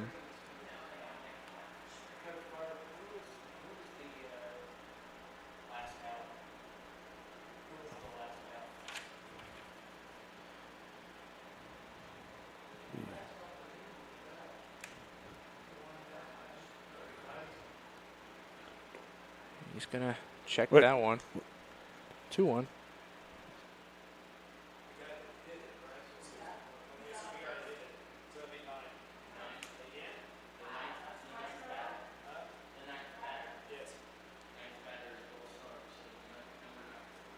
Or sorry, 2-1. Now it's 2-2 with that swing and a miss. They were just talking over there, talking about the 15th out. Yeah, that's another promotion. We just came up, or, I didn't. Yeah, that was a card. Yeah, I just popped in my head one day because I was trying to figure out what he could do between the pizza and the 50-50 and the Shamrock. We had. There's a lot of incentives to go to Klein Scott Field. That's just going to be dribbled up to the shortstop, and he's going to make the play right there. Yeah, there's going to be a lot. I mean, that's the thing about Sluggin Rebels is cheap to get in, and there's, we got 50-50 raffle, obviously, like many teams. And, right. It's been fun. It's been very, there's a lot of good reasons to come out and support the Rebels. You have one more game. We got our final, and unless we get we're trying to figure out because we're going to do like the seeding for the tournament. And always trying to get that home field advantage. I know GMs are talking about it right now as we speak. So, but Garrett with that ground out to the shortstop brings up Drake Gerard. But that's why every win's important. And that's why that's why I'm saying this Hutch game is going. This Hutch series is going to be huge, especially in seeding. There you go, base hit. Nice little air chop hit straight to the center Drake, fielder. that's all. Nice easy swing, took it right up the middle, nothing fancy. Drake is. And that's what he did a lot first of the year. Yeah, I thought. That's what That's why Drake has been one of my most underrated players this year. Has great defense, and when he's on and hitting like today, he's got really helpful for the team. You look right now; he's one of up for the Bethel College player of the game because he's got an RBI, 4-3 ground out. He's got a double and he's got a single. That's another reason to stay after the stream, is we always have the Bethel College player of the game, where Carv gets to sit down with a player that me and us and the coaches choose. Whoever had a great game, win or loss, and they come up here and they take the spot of me, and they get on camera and talk about whatever Carv wants to talk about. Whether it's a personal life or the game. We try to get people, because instead of just coming up doing a straight interview where you just say, let's talk about the game. You want to get to know the players. Get to know the players, because a lot of people don't really know who these players are. And it's amazing some of the things you find out. Yeah. But now it's 2-0.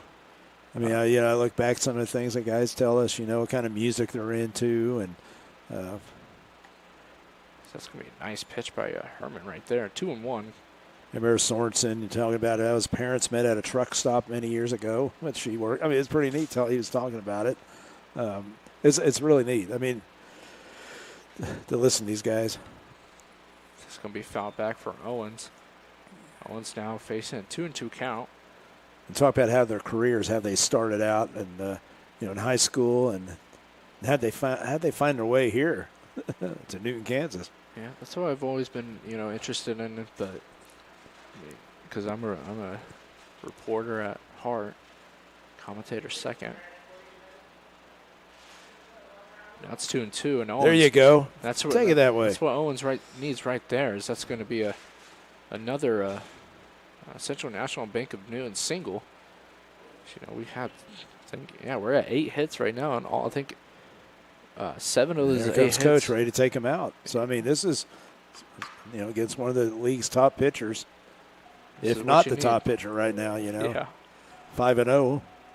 That's why that's why I said this game. If we win this game against one of their best pitchers, it's going to be a great look for Newton. Well, and I was talking to Coach Olson before the game, and he was saying something too. When you get into a tournament setting, everything changes because you're pitching. You're pitching rotation and all that. You got to go with the best pitchers. Got to go with the best, and also the players' mentality is going to change because say regular season. Oh, if we lose this game, we just got next game. Yeah. Bounce back. But in tournament style, No, it's that you. you're playing like it's your last game. Let's see what we have up here. And it seems like we're going to have like a double-digit number. Or never mind. I think it might be number 0. Yep, number 0. Is We'll it see what 0? that Is is. it 0 or? I believe that's 0. Maybe 13. my eyes are 13. Jeez. We do need to get those glasses the changed here. I don't know. 1 and 3 are kind of mashing together out there. Looks like a giant 0. I was just kidding you. We have fun up here.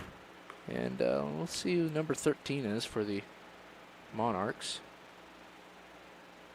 Monarchs are currently 26-7 this year.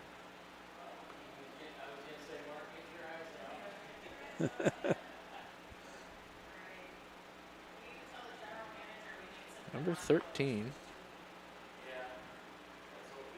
Actually, I do not see. We'll get those. Well, They're telling me I'm getting height. I guess the thing for next year, binoculars. That's what we're going to have to get up here. It does say number 13 for them is an outfielder under Clay Westbrooks. Okay, let's see what we can find on Clay. See, he's a right-handed pitcher, 6'2", 190. He's from Pitt State, and he is from Augusta, Kansas. And Westbrooks is 1 and 2, 23 innings pitched, 27 hits, 7 walks, 9 earned runs, and a 3.520 ERA. Yeah, but I thought we got the numbers wrong again because I was looking at their pitcher roster and I couldn't see number 13, but we scrolled down to the outfielders. And he's an outfielder / pitcher, so very versatile. Yep. Well, we got good athletes. But now there's 1 out with one runner in scoring position and a runner on first. And this will bring up number 5, Jack Little. This is what you want. I mean, this is the batting you want to see out of the Sluggin Rebels. Even though we have 6 or 7 left on base, we're getting those people on base, and that's what matters. The thing is, we're competing, yeah, and that's especially against one of the best teams. But we can have a lot of people left on base, but that's just telling us that we can get the people on base. We just need to execute at that point, as he's going to call time. That pitch is not going to count. Still a clean count for Jack Little. This is what I kind of like so far. Our middle spots have been, even our 8 and 9 holes. Oh yeah, they've been hitting. Clark Henry. I mean, the whole team's been hitting very well. Well, they're contributing. Showed bunt, pulled away, and called strike. And see that actually, if he laid that down to third base or that would have probably first base, because look where they're playing. Look at the first base. They're playing back. It was a little outside, but that's to fine. Where I don't think Little could have probably gone. He would have had to probably contort his bat in a different way to get that to lay down towards third. And I think that's probably why he laid off. 0-1. Shows a bunt again, and that's going to be popped way up, almost out of play.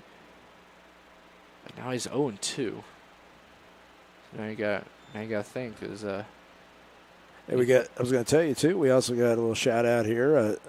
Jake Gibbs. Jake Gibbs, yeah. He's in New York.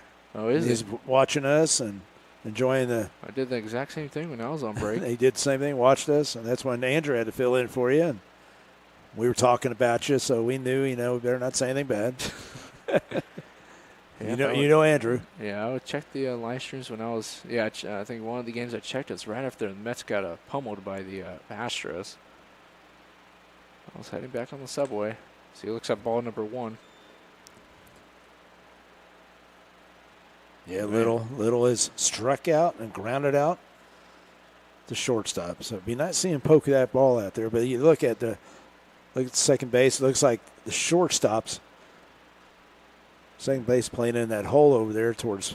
Yeah, it seems like they're kind of getting ready as that's fouled back. It looks like they're kind of positioned ready for that double play. Yeah, I mean they're in double play, but they're playing very close. But he was playing more over than usually you do in double play situation. Like the other day we were watching Hayesville. Second baseman play way up the middle on the double play. Remember that? We had a big hole up there. And you never say, hey, just poke that ball through there. That's what we were hoping. Yeah, we want to see another, hit like Connor Owens had, because that's a giant gap between second and first right here.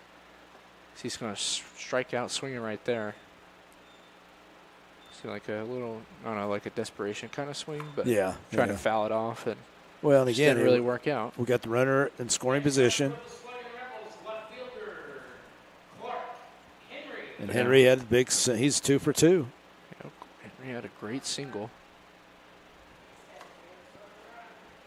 Just need to keep adding on, get some separation going, because this team can score big, quick. Yep, 2 outs. Gerard at second. He looks at the away ball, 1-0. Say, Burge, man, I mean, he might as well just stay on the ground there. everything's been on the ground, it seems like, and he's doing a great job. Nothing gets through him. It's going inside, maybe. Henry hit this Nice. ball right up the middle, and looks like Gerard's going to round to third, try and get it to home, and they're gonna cut it off at the pitcher's mound by Westbrooks. At first I thought, oh no, but that ball slows up out there, just like the infield. That's one thing. When I was coaching out here, that's one thing, because we had some really good outfielders, and that's one thing they always, man, you got to sprint to the ball, and that was great. You got that run in. So that's going to be another Central National Bank of Newton single, and it's going to be an RBI for. It's going to be Clark Henry. Yeah, Clark Henry. Another RBI. And, we were talking about us trying to close out with 2 outs. And I think we got a couple runs off of. I think we got maybe 2 runs from our 2-out situations. So that's helped us so far. I think our last 2 have been when we had 2 outs, because we had a runner on third, 2 outs, and poked one through and we got it. So now we're kind of giving. We're kind of fighting back. But that's the way I think we have to be, this kind of team. So Jackson bad left-handed now. I think we have to be this team. We can't be this team that's trying to hit home runs, and I told them that the other day. I said, you guys know you're not a home run hitting team, but you got speed. But you got to get on base. You can't steal first base. So, I mean, and once you get on, make things happen, man. And that's what they've been doing. Well, the last time we checked, I think we have about 5 or 6 home runs this entire season. It's going to be a nice hack at it by it's a little behind Young right there. But now it's 0-2. Yeah, he's got to get his hands ready, going a little earlier. I think with him, it's just a lot of timing. Yeah, I was going to say, you just got to take your time. And that's what it usually is. Mechanically, the swing's not that bad. It's going to explode. It's gonna be outside pitch. Nice placement right there from the catcher. That's his so that's going to be another second strikeout. backward, K right there. You got to be. It's on fastballs, because I think he's just thinking too much. Yeah. I mean, if you're up there, always think fastball, like we always say. But with that, we completed 5 so far, and now it's 3-1 in the Rebels' favor. And we'll take a quick break, and we'll be right back.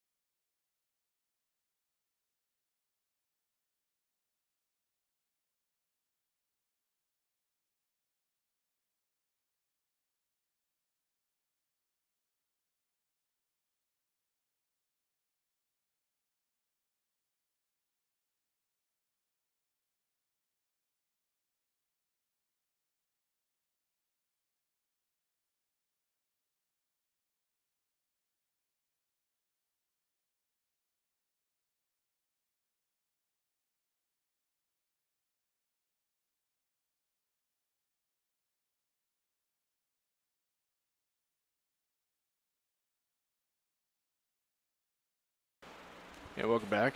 We are at the top of the 6th as the Rebels lead 3-1. And here we are with the leadoff. That's going to be a little away. Ball number 1. I believe we might have a hitting change. Yeah, I didn't see him. That'd be number 36, and yeah, that's going to be 36 on that swinging strike. Yes, Lane Brewster's at. Is it Brewster? No, I don't know. I don't think that is. So we had 37 on there, right? Yeah, we have 37 for Brewster, so double Let's see, check. here we go. Oh, no, those are the first names right there. Is that ball's going to be hit to Jack Bell, and that'll be a first out. We didn't get any names for that one. We'll figure it out real quick so we can say who it was.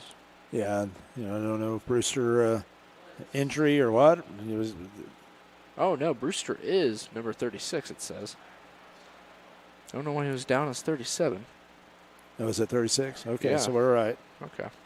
We've been calling him right, so sorry Yep, to there the we go. Brewster family out there that's saying, hey, that's my kid. What are you talking about? There we go. Ball's away. Shaver doing a good job right here. We got Joey Barron up to the plate. 1-0. Oh, that's Nice a nasty inside pitch right there. 1-1. Wow.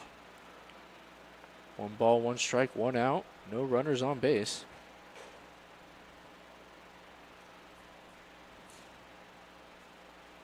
Sluggin Rebels have 9 hits so far this game. Yeah, 9 hits so far, but with 2 errors. As we've held Hutch to 2 hits. Now it's a 1-2. Shaver is doing a great job on the mound so far. So he's trying to get him to swing on that low one, but Barron will not budge. Now it's 2-2.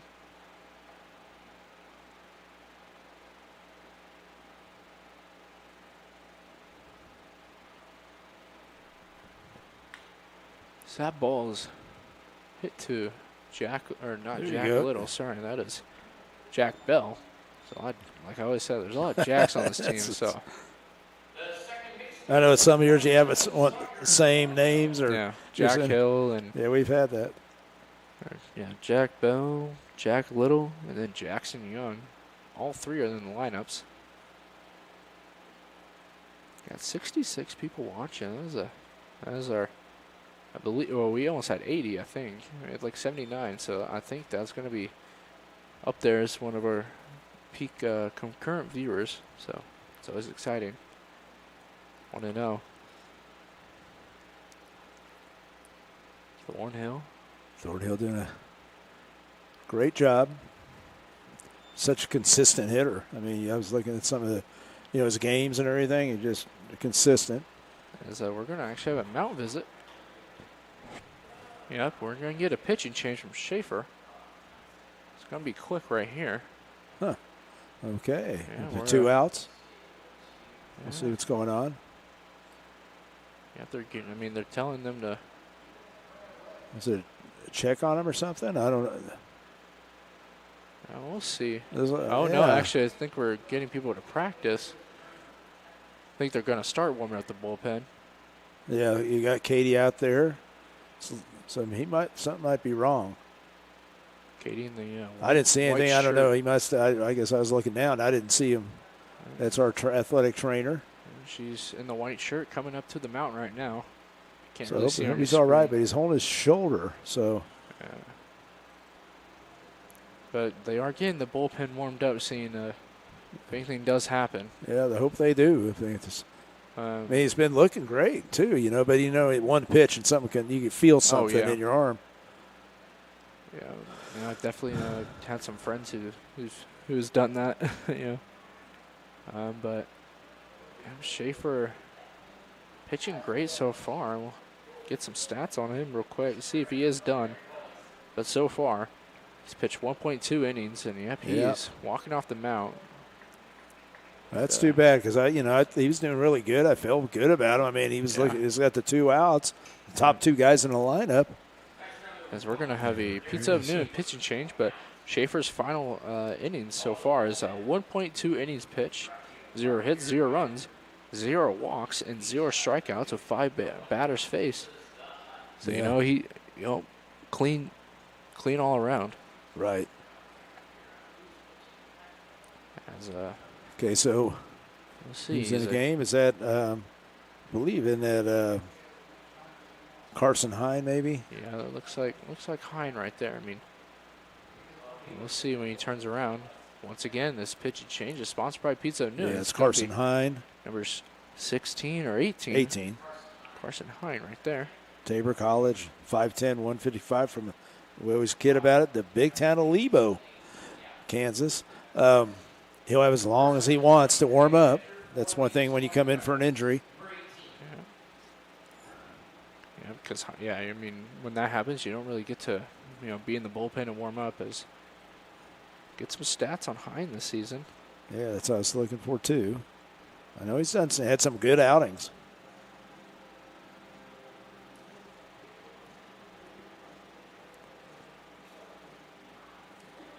Let's see if you found anything on him yet. Nope, we'll. There he is. I got him. 12 innings, 6 earned runs, 14 hits, 7 walks, and a 4.38 ERA. But he's a guy who comes after you, he challenges you, and he's this kind of team. I mean, they love the fastball, so you got to be able to have some secondary pitches. So also means a righty. But I mean, it would be nice for Hine to just finish up some jobs and then maybe. Well, and I think Hine's kind of guy where you get 1 or 2 innings. Yeah, and then that's what I was about to say. Get a nice relief pitcher to come in and try and finish this game out for us. But we'll see how Hine does as his warm-up's coming to an end, it seems like. As everyone's coming back to their spots.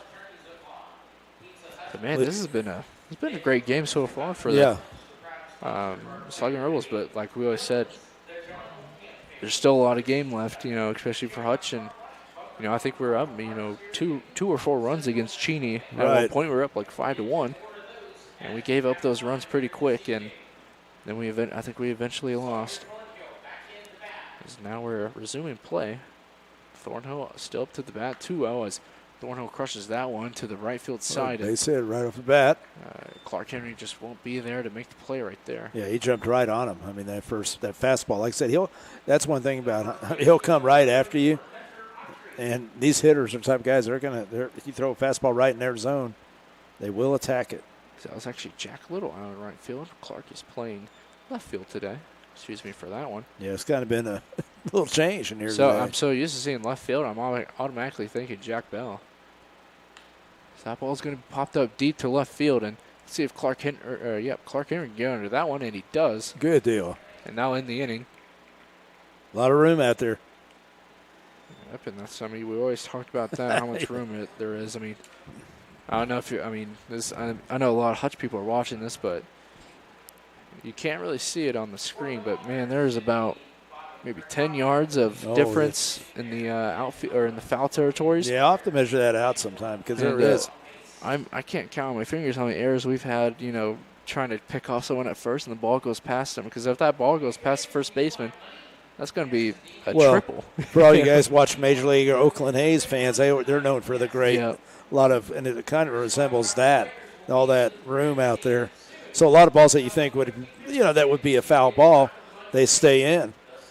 And that's why, you have speed out there. You can get some of these balls out here. Yeah. And with that, great finish by Hine. He only gave up one hit. Well, we'll see if he'll maybe start the next inning. I don't know what Coach has planned. Well, Hine is, talking to teammates near the bullpen. But he did his job. See how he goes, and we'll just take a quick little break, and we'll be right back.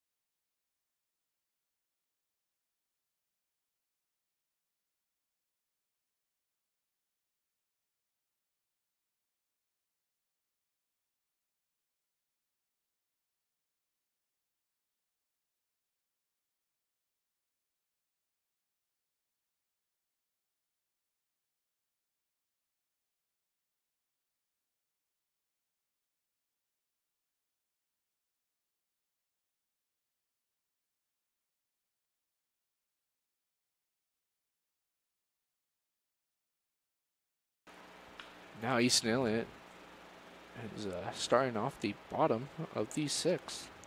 And he is the bottom of the lineup. So, I mean, if he gets on. Yeah, I mean, this is what you want right now for Easton Elliott. Like, you know, I love these, you know, sneaky 9-hole hits. You know, we have always had Jack Bell at the 9-hole, and now we have Easton. Because, you always want your 9-hole on and then lead off with your And I want you to look how far that third baseman is over there, how far back. Yeah. Easton might.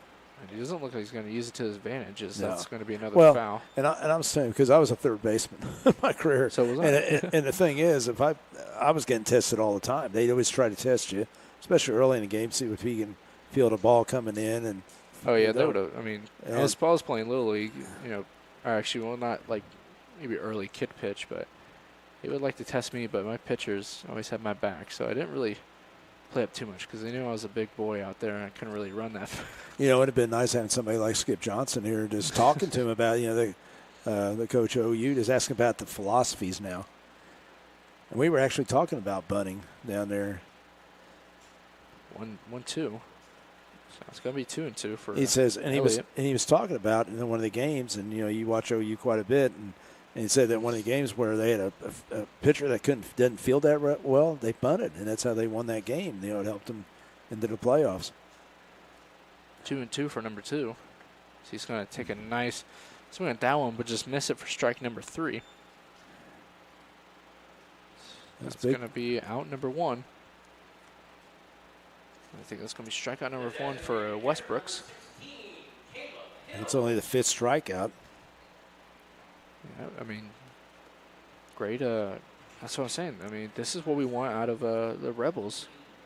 We have 9 hits. We have, you know, we've had a lot of people on base. It's just come down, like we always said, execution. We're up 3-1. Caleb Hill up to the plate. Looks at strike number 1. So that's a little, coming around a little off speed.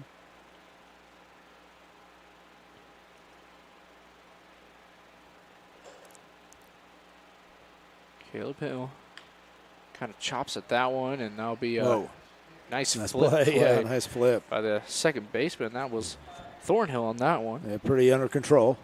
Great assist right there. But right there, you can see the Hill kind of rolled over it. They're pitching away. Kind of reached out towards that one and just rolled over. Yeah, that's what you, like I said, you just got to take it. Take that, and the guys can do is just, and I preach the same swing, just let it get a little deeper. And yeah, I don't mean, change your swing. If anything, if you think it's going to be outside, try and step into it. Trying to get that middle of that sweet spot. Now, Bell is Bell. 1 for 3. 0-1. Now 1-1. And here's what, as a slugging Rebel, you're trying to get some more separation, which means score more runs.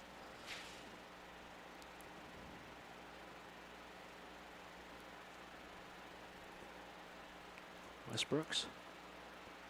Kind of.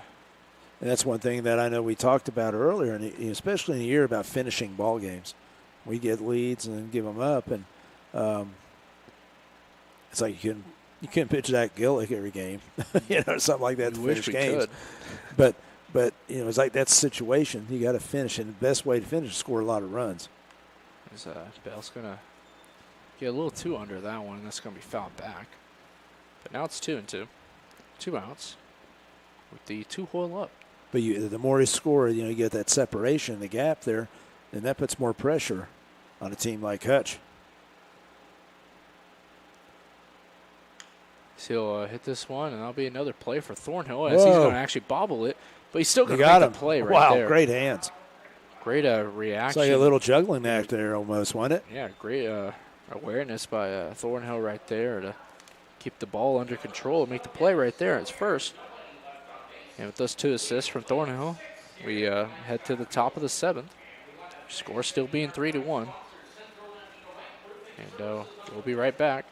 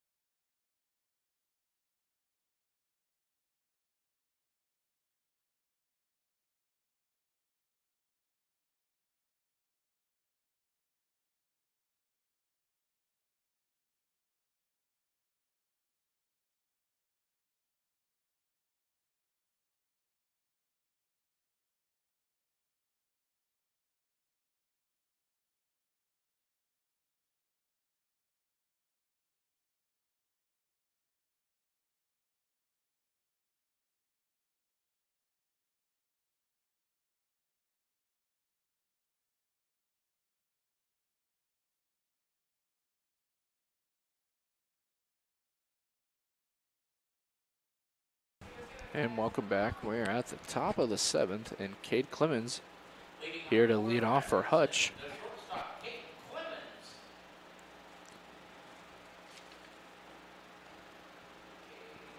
So that ball is away for Hine. And Clemens has struck out twice, once looking and struck out swinging, and that was both against Dalton Patton. 1-0 count. So foul that one away. And the key here with Hine, he's got to keep that ball down. Sometimes he gets it up, because like I said, he likes to throw a lot of fastballs. Yeah, because just like most pitchers. I mean, it's nothing new, that we're bringing out to everybody out there. Just, some guys don't have the velo that they can beat the guys up high. 1. Not bad. It wasn't bad. That was a nice framing right there from Jackson Young, but wasn't enough to be called a strike. Now it's 2-1.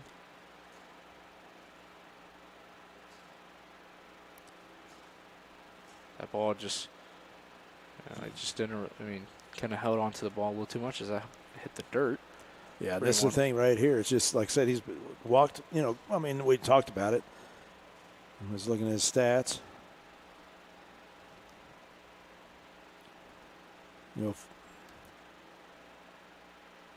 3-7. So that's going to be ball number 4, and it's going to be a walk. And that's your leadoff. So I mean, he's walked well. Now 8 guys now in basically 12 2/3 innings.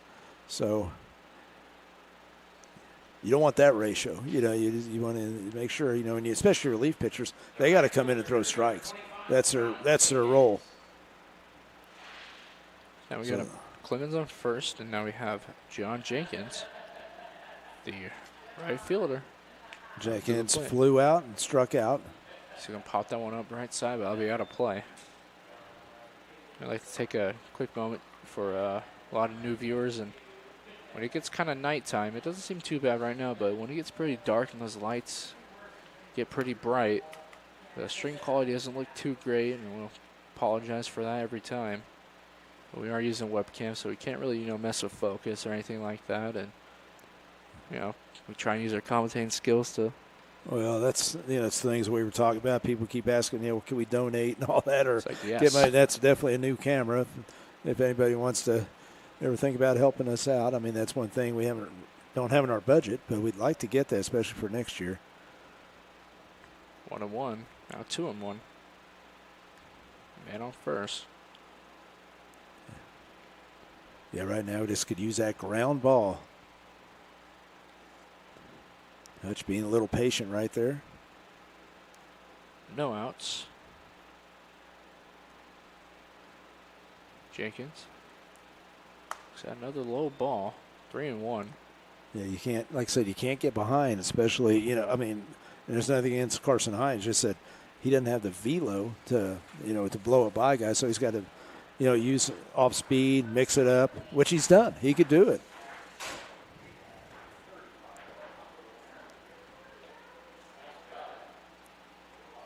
There you go. Number 2. There we go. And I've seen him have some very good outings. I mean, you have too. We talked about it. Yep, we have to look at the past games, but I can remember about 2 or a couple. I think about like 2 great outings from. He hasn't played too much. So he's only pitched about 12 innings. So that ball is going to be another fouled off from the right field side, and I'll be out of play. But so you got to look at what other pitches does he have? What can he? Because they're going to sit on a fastball is what they're going to do. And so he's got to make sure he's got some off speed that he can locate and away from the zone, not down the. You know what I'm saying? You can't be right down the middle. 3-2. Runner takes off, and it's just going to be another walk. Yeah, back-to-back walks. Like I said, one of his, one of the 2 outings I can think of was June 9th, early in the season against the Patriots. He pitched 2 innings and struck out 2. Didn't give up a run or a hit. And, 0 ERA. Yep. Another one was June 20th against the Lobos, where we won 7-6. Pitched 1 inning to I think it was maybe middle of the game. Definitely making a change right now. Yeah, because he's going to get pulled. In a tight game like this, because now, that's the trouble. I mean, so far, it's like this season, it seems like we work really hard to score to the runs, but you can't give them that so easy. The runs back. Yeah, especially walking two. But we are going to have a Pizza of Noon pitching change, and we heard beforehand that our 50-50 raffle that we hold every year, we got $35. So, I mean, pretty good. Yeah, not bad. That's... I think a little bit above 50 is our highest, and that was for... Yeah, how much was that, Craig? How much we make on the 50-50? 35. I think our highest we've ever made was probably veterans. Veterans was... Yeah, oh yeah, Military Day. Yeah. Yep. We'll try and... It's going to be number 8, so I think that's... It's 8. Geisler, right? Yeah, Aaron Geisler. Aaron Geisler. It's been pretty good. From what I remember, we'll get the stats on that real quick. Yeah, let's see right here, Geisler.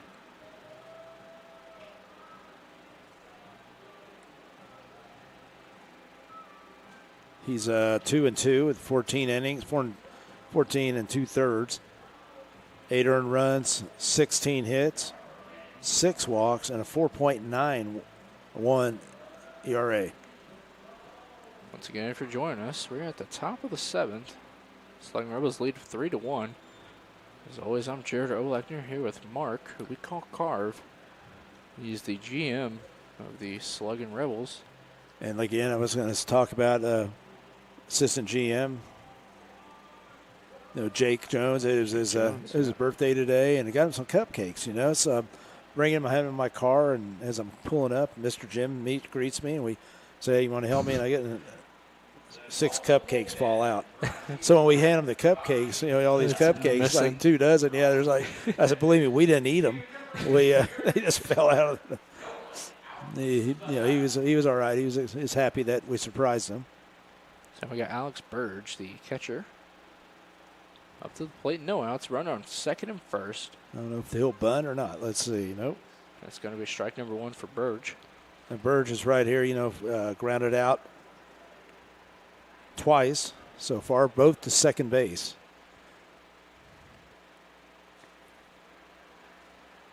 Oh, 1 count. That ball gets away from Young, and whoa! Surprisingly, that's going to stop the runners from advancing. Yeah, I thought Young does have a pretty nice arm. I mean, he has gone in situations where I believe it was Young. It might have been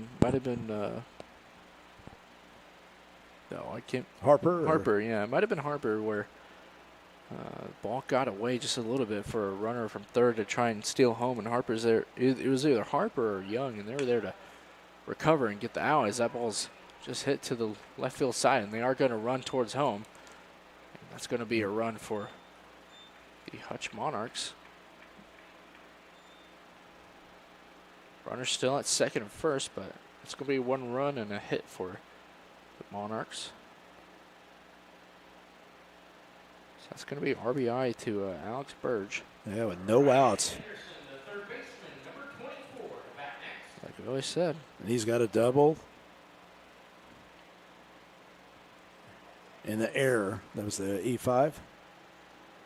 Like I said, every game is not out of reach. I mean, we're up by 2, but Hutch is a great team to face. As this one's going to be another it's going to be another run. Easton Elliott. This looks like it's going to be another run. Tight game. Just on the walks. Once again, we're in this situation where runners on second and first still.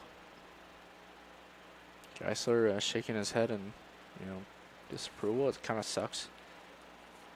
First couple pitches and you already allowed 2 runs. Just not looking good so far. No. But just trying to get that. Just try and get at least 1 out. Try and get something going. Double play. We really hope here. The Sluggin Rebels just get out of here and make it. Well, that's what we're saying. Game. Yeah, what he said. We've worked really hard to get that lead, and then within 2 walks, a couple swings, It's Stark. Actually, I'm sorry, that's not Stark. That's why it's a team thing. I mean, you got to have, wherever your relief guys come in, they have to do the job. It's tough, especially against a team like this. You can't give them. Stark's 1-1. I mean, I always said you can't give, against really good teams, you can't give extra outs. Yeah. You got to make the plays. Against the bad teams, that's how you find out they're bad. You give an extra outs and they're not capitalizing on it. 1-1 count for Starks. Runners on second, first. We can prep an outside pitch, and it's going to be outside for ball number 2.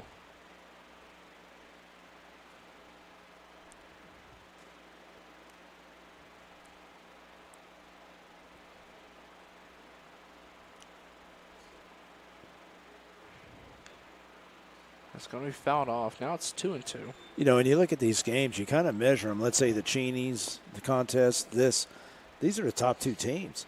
So you want to measure how far are we from getting there? Because that's the goal. That's our goal, is to be one of the top teams in this league.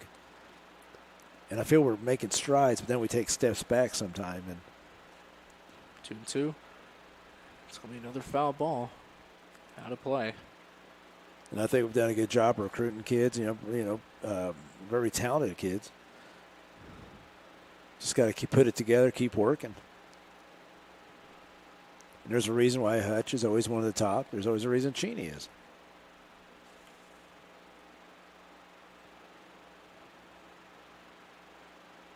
Runners take off.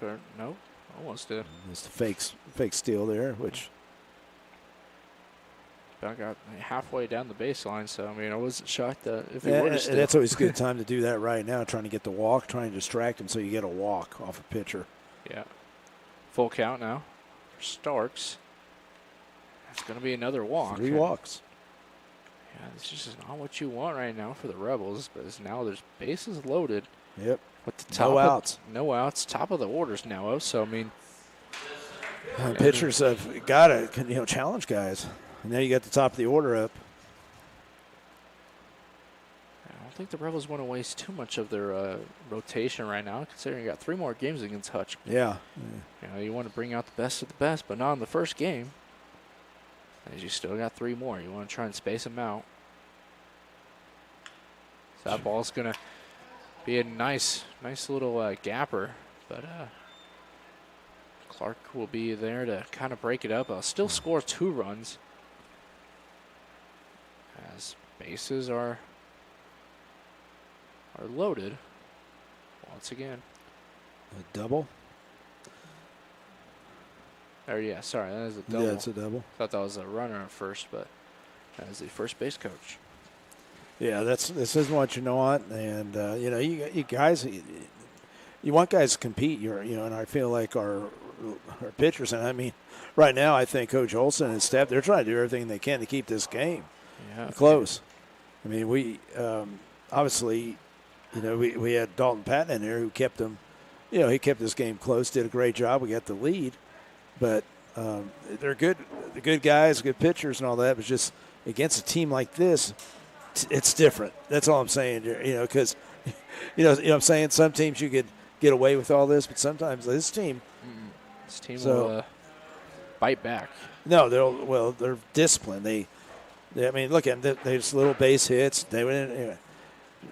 You saw the guy right-hander go to the right center, the lefty go to the left center, just going with the pitch. I believe it's kind of like a clinic sometimes in hitting, and we don't have an answer for it sometimes. But I'd rather see guys hitting than walking, guys. I mean, there's no doubt. But now we got a beats up noon pitch and change, and it's going to be number 9. So that's going to be Balin.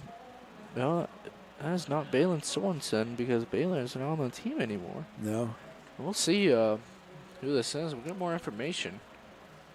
But it is number 9 for us, but we'll see. But, man, just no, it's not Balin.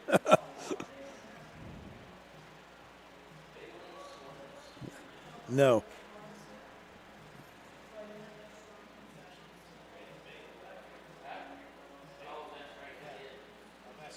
But yeah, the Rebels are down 5-3. Our bases are not loaded. Runners at second and third. Man, this is just not what you want for the Sluggin Rebels right now. Geisler try to get in there and try and get out of this inning. As I believe is saying we have Bentley Bills. Yep, Bentley Bills rocking number 9. Usually rocks number 28, but he's rocking. I mean, he's wearing number 20 or wearing number 9 right now. But that's what they have on point streak. And Bentley Bills right now, 13.2 innings pitched. Only gave up 13 hits, 6 runs, 5 earned runs, 6 walks, and 8 strikeouts. Yeah. But now he's kind of put into a situation right now. Yeah, it's tough situations they come into. So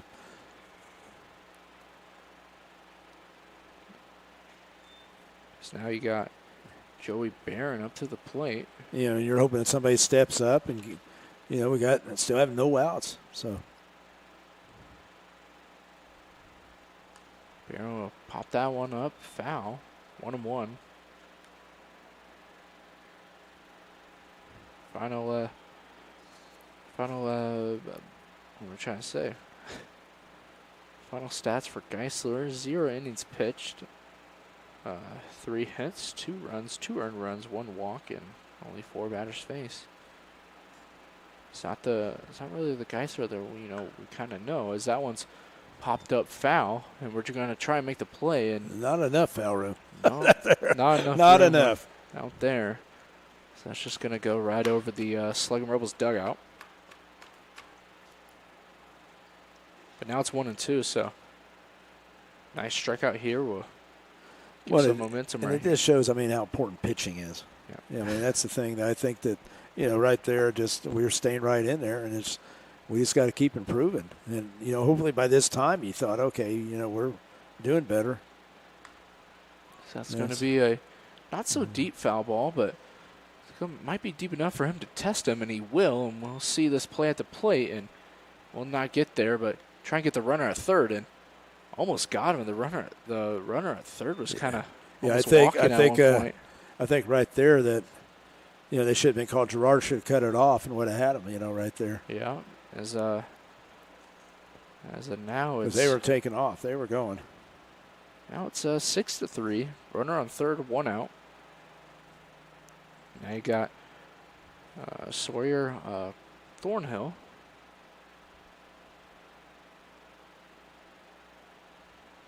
He's going to try and probably pop that one up, but kind of fouled that one off. Thornhill right now, it's 2 for 3. And it's like I said, they're just going to keep scoring. That's how Hutch is. I've faced some of the.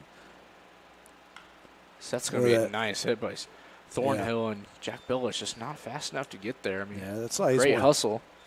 No, I don't think it. I don't think it was possible for even anyone to get that, but I don't think one of your superheroes would have got that. Almost got that. It seemed like he almost got it, but just couldn't get under it. But tough play to make for any center fielder out there. Prevent the big inning we talked about. But now Hutch is nearing our. I think they came into this inning only having 3 hits, and now they're up to 8. Yep. Now we have Hunter Autry. Like you said, Bills comes in a tough situation, and sometimes you put your guys in that tough situation. But, it's also, you don't want there you go. Hine out there. At the same time, you just got to bite the bullet right there. Right. Well, it's all about matchups too. Mm-hmm. What kind of this kind of team right here? They're going to be they're good ball players. Division I guys, they got mixture of guys, and when you're facing them, you can't. They're going to be very selective, aggressive.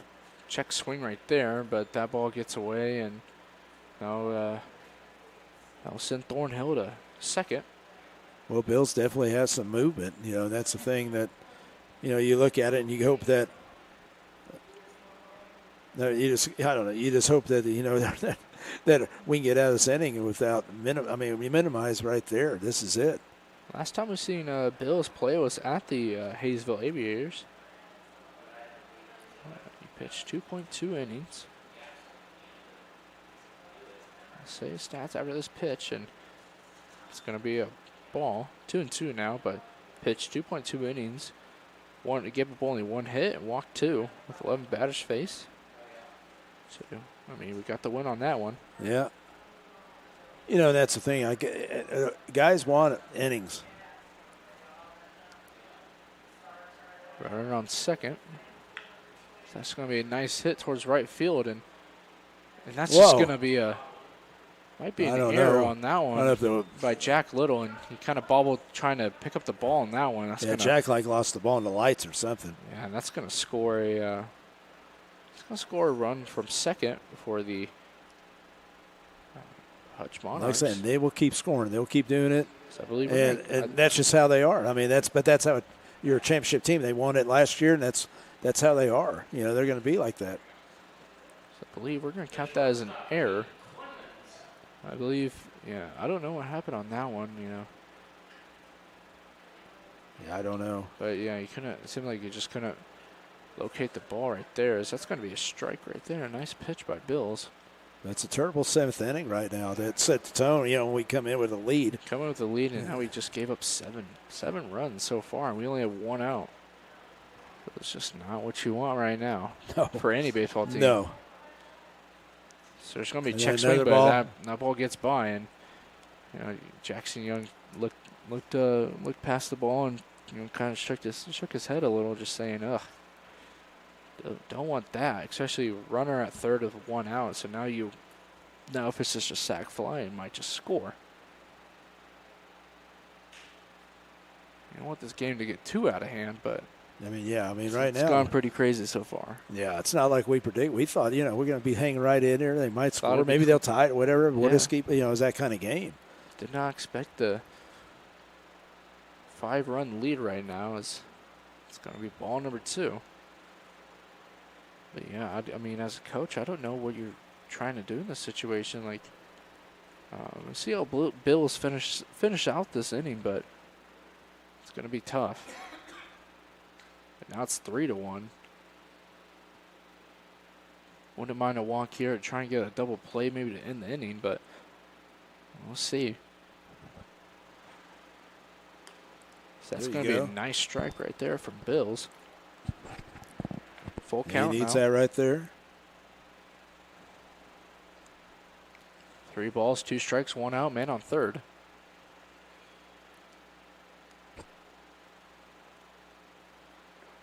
He's going to look out another ball, so that's going to be a walk. And I mean, this might be a good sign for a walk, or maybe not.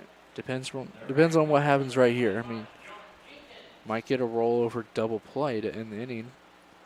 And like I said, we used to a few years ago. I mean, this was a rival. This was a pretty good rival. We put them out of to go to the back when I was coaching, and then in I believe 2018.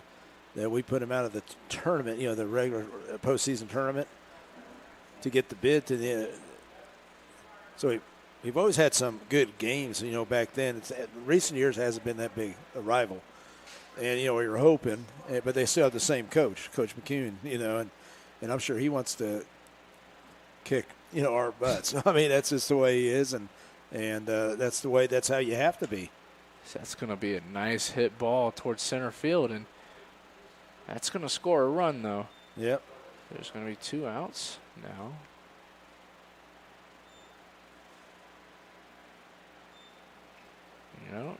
And it's always, and I was just look at it and you go, okay, and I've said this before, what do you do to beat that? Well, you get better players or whatever. You got to come to play. And I felt like this year we did get better players.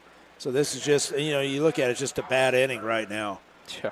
I mean, everything was fine. Now they scored 8 runs. This inning is now. Yeah, I mean, they were going through the lineup second time now. Yeah, that was Jenkins on that sac fly.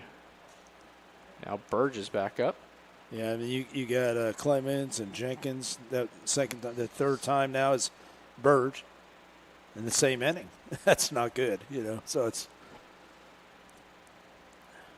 Well, we'll see here. Burge is now facing an 0-1 count. Man on first. Looks at another strike. But then you look at the inning, and like I said, you always dissect an inning and say, okay, what started off this inning? And then you had 2 walks, but then they came, and then all of a sudden you have, they just hit the ball. And whoever we brought in, it's just. They had great, gappers, I would say, got in front of the outfielders and can't really do anything about those. Runner takes off, and that's going to be a ball hit towards right field, and that's going to be foul. But see right there, running right there, they're still going to do it. That's what I'm saying. I know how they are. And, I'd like to get to the point where we can return the favor. We're not there yet. We're just not there yet this game, Hopefully we will get there. But it's just right there, that's what's showing that big inning. And he looks him here running right there because he wants to get this game over with. Mm-hmm. Especially just trying to get out of this inning. Yeah. But now it's 0-2 for Bills. 2 outs. Don't really worry about the man on first as they're going to call time right there.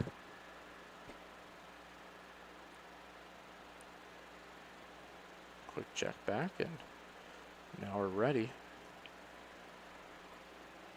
That was a nice pitch right there, but great layoff by Burge right there.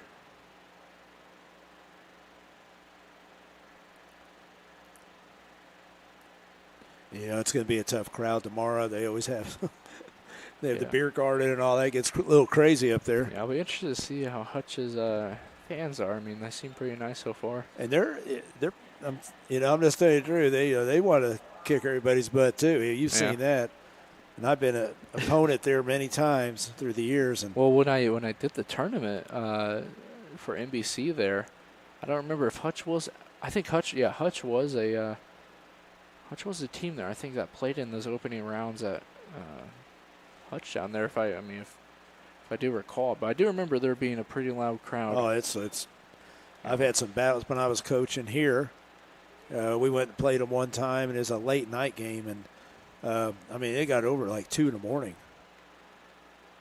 Runners take off, and that's just going to be another hit when it was full count, and that's just going to be another single. So now Hutch is up to 8 hits on my unofficial scorecard so far, and we have 3 errors. But man, it's just tough seeing, I think we gave up, my count, we gave up 6 hits and 8 runs. But again, we were playing a doubleheader, and so we played the first game, and they might have won, or I don't know, I can't remember. But second game, we went 12 innings, and so we won it. So that ball is going to be popped up, and Sluggin Rebels get out of that inning with Easton Elliott. There's going to be a. What? Oh, is there going to be a. What happened? Is there going to be a catcher's interference, maybe? That's what they called? Well, that's the thing. That's the only thing I'm thinking of. Yeah, it had to be if he's staying on there. Yeah. Huh. Wow. Either catcher's interference or something was said to where, he was able to take the base. I don't know. I don't know what happened there. Oh, no, you just don't even call that a hit or an error. You call it nothing. Well, it's catcher's interference. It's an error on the catcher. Okay. That's how it goes. We'll probably double check. You might ask Coach later. See what happened on that one. So we can get somewhat of a official scorecard right there. So that's going to be strike number 1. But now you're at the bottom of the lineup with Starks. Bases are loaded after we do believe it's a catcher's interference. It's going to be strike number 2. 0-2 now. We'll be surprised to see Bills just try and throw 3 straight strikes and get out of here. Yeah, it looks like he's coming right after him, isn't he? Yeah, it's a 9-hole, but never let up as he fouls that one back. Bills was trying to get him. We'll see right now. We might see a low off speed, try and get him swinging. We'll see where Young positions himself. He's still thinking of a pitch. There it is. Right down the middle, it seems like. That ball just gets away a little too close inside. 1-2. I was going to say Young's working pretty hard back there. He's done a good job until, some of the other pitchers come in and, there's some pass balls, but it's like. I don't know if it's wild pitches or, it's hard to tell sometimes because those balls, guys aren't locating. That's going to be a hit. It's just going to cut through. And that's going to be going to try and get 2 scores right here. And once again, Jack Little is he fumbled with the ball again. You know,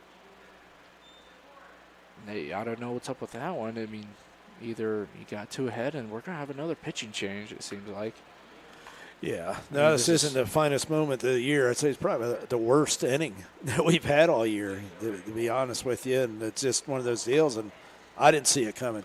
I don't know if you did. No, or I didn't see a potential run rule inning right now, you know, 2 runs away from it. But, and that's man, that's what, like I said, that's Hutch. That's when you play Hutch, you better come, you better play. It's like, you know, they're all college ball players out here, but it comes down to they're a team that I think you know, the momentum. They thrive on momentum, and that they always have. And if you could stop the momentum, which we did earlier, but when you let them, you know, the walks and bat hits, and it's like I said, it just happens. And that's baseball sometimes, you know. It's like 10 runs in this inning. Or is that 10 or 11 or whatever? I believe that might be number 12. I don't know. Or is that? No, that cannot be 12. Well, it's Connor Owens, if that is 12. But I do not believe it is Owens. We'll see. It might be. Oh, no, we actually have 40. So it might be 41. We'll see. It was a 4. Yeah. Maybe Kale. Maybe Kale. Kale Schroeder. Kale Schroeder. We'll double check one more time. But it definitely is a 4. Yeah. I think It is 41. You know, and that's the thing I was talking about. When summer ball is that guys come out here and they want innings. And how do you get innings? Well, you just got to be consistent.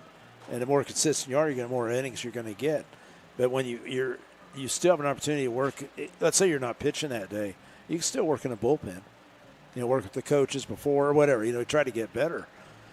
And then when you're called upon, you step it up. And especially when you're playing against tough teams like this, you know, our goal is to get to the NBC World Series. Yeah. That's our goal. Everyone's goals, yeah. Yeah, that's everybody's goal. And you know, you're playing Santa Barbara's, you're playing Studs and all that. You got to play really tough teams.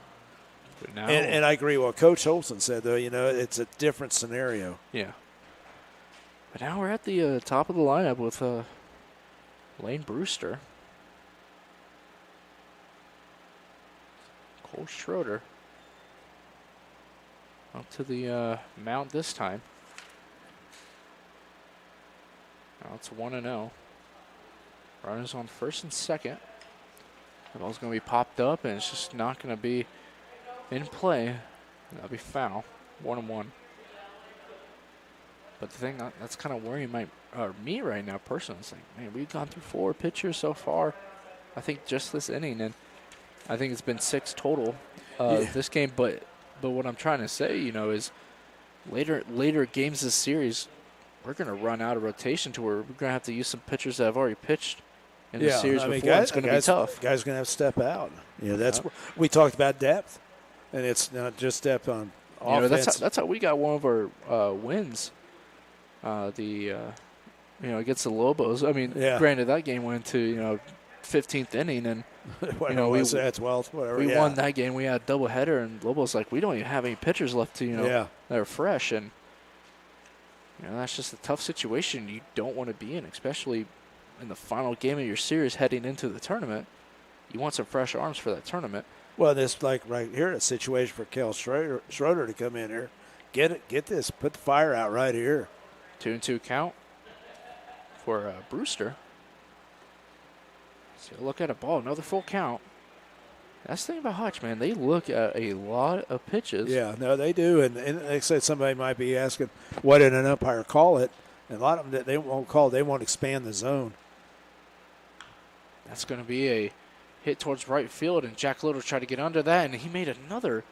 That was kind of awkward. It kind of was an awkward spot, I think, for Little. I think he got too ahead of the ball where he kind of caught it underhand at his chest, and he just couldn't make the play right there. But that's going to be another run for Hutch. Yeah. And I think we're going to count that as a hit. Yeah, it looks like that was just a tough play for.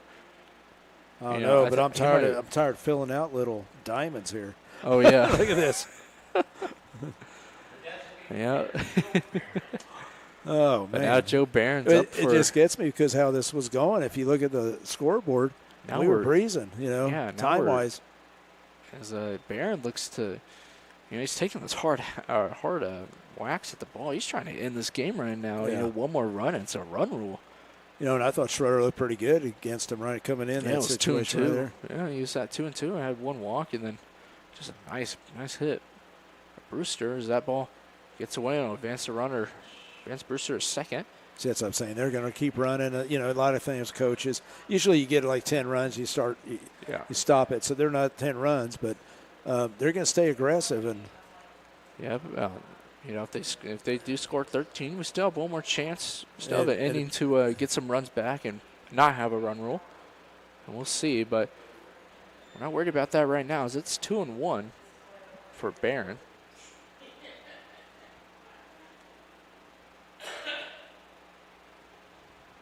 no, and it's just tough because, we have a good crowd here, and you want them to come up and see some good baseball.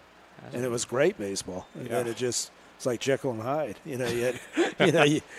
Everything was great until boom. Boom. So one inning. Nightfall strikes. But now it's 2-2. Yeah, Barron's really trying to end this one. He doesn't want to go another inning, it seems like. That ball's so close to being out of here. That was very close. That was a foul ball home run.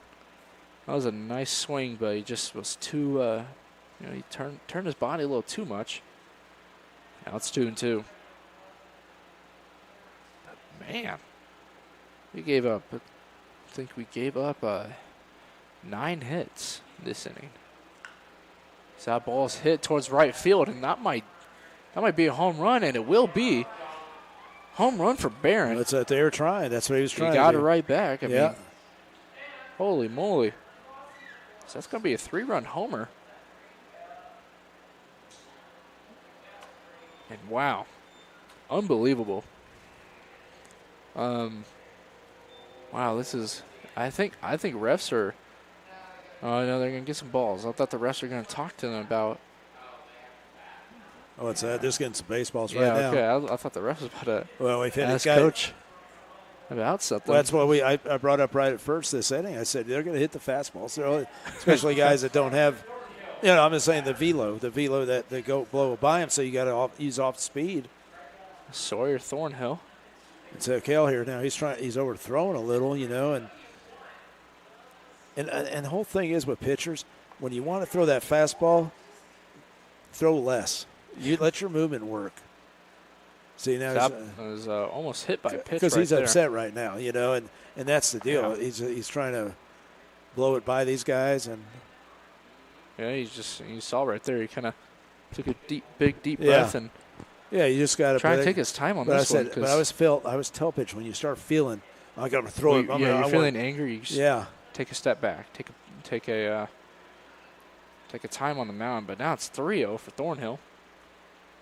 Wow, what a total! I mean, wow. I've never seen a collapse like this. No, that's not. I didn't expect this. That's going to be a walk. But man, this is a game. I mean, 14 runs this inning. So many runs on the scoreboard. You can't even. It just says 4 on there. Oh man, what a turn of events. They were Hunter Autry. I mean, you look at these swings, man. They are swinging for the fences. They're trying to get theirs right there. Yeah, I mean, everybody now has gone through the lineup twice for this inning, in one inning. You don't see that happen. Yeah, I mean, for this, that means 18 times. These pitchers are, they're probably getting mad because when they throw a strike, they swing at it. It's either fouled off or they miss it. But then, see, he's just overthrown right there. But when they lay off a pitch, it's usually called a ball, and that's just frustrating. As they're going to call another mound visit.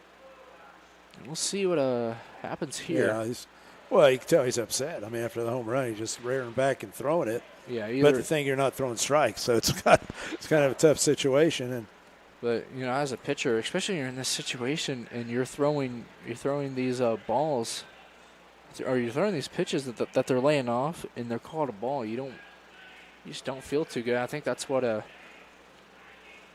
believe that was head coach Kyle Olson was kind of saying right there, and just he looks. Yeah. I mean, you can obviously if we can tell up here, they can tell down there that seems a little frustrated right there. A 2-1 count right now. Runner on first.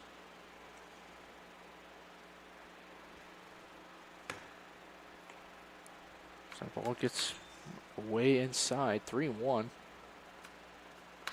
That's the thing. It's like we said, I like to do this back at Hutch, but when are you going to get that opportunity? It's So that ball is hit towards center field, and they're going to try and dive for it. And I don't blame Jack. I don't blame Jack Bell for doing that. I mean, that's going to be a double. That's going to score a run for Hutch. Yeah, I don't blame Jack right there trying to make the play, get out of the inning. Well, now you come up, and it's Clemens up the third time in this inning. Can't imagine as he struck out twice, and then he's third time in this inning. Jeez. Wow.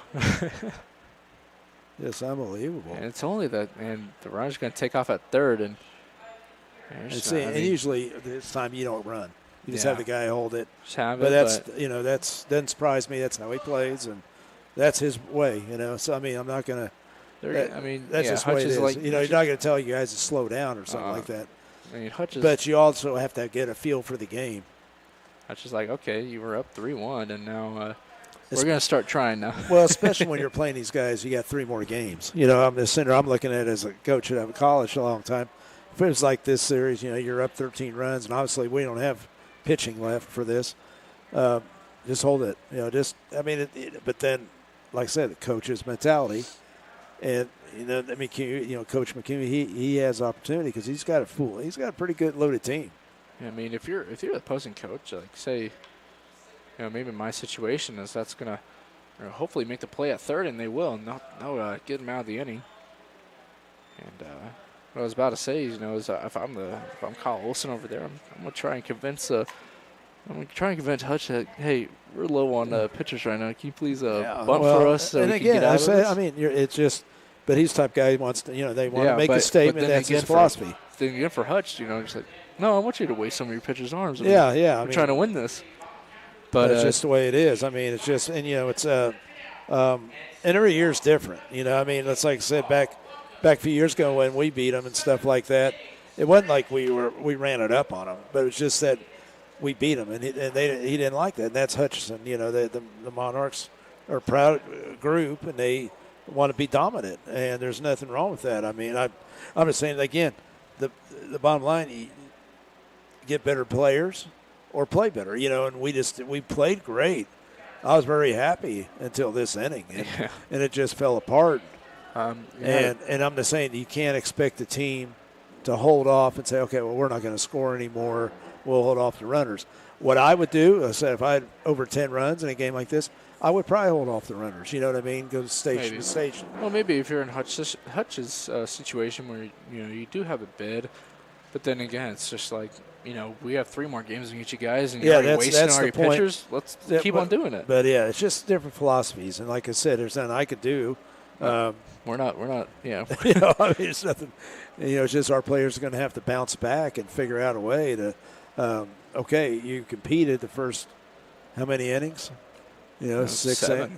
Yes, yeah. Or maybe 6. Yeah. Yeah, and then everything. Yeah, I mean, looking at this, this is an unofficial spreadsheet so far, but they scored 12. More than 12. Sorry, 15 runs that inning. In the game, they were at 3 hits at the start, and they got up to 14. Now Ethan Guerra's up to the plate. You want Guerra to be the great leadoff here. As most of the time when he's the leadoff, he gets on base and he scores. I mean, that was prevalent the other days. The 2 times he got on. Yeah, we'll figure out our player of the game after the game. But we'll see who it is. 0-2.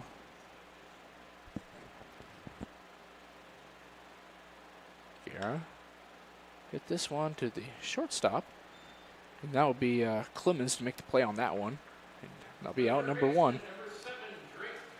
And now we're kind of treating this bottom of the 7th as either do or die. It's basically at the bottom of the 9th right now, trying to.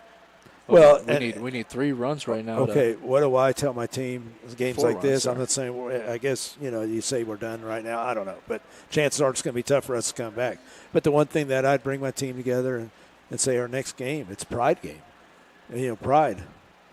Yeah, because Gerard's going to beam that one straight to Clemens, and Clemens has almost made an error right there at that hard. But you know what I mean? ball. A pride game means you got to come back and answer because they know they kicked your butts.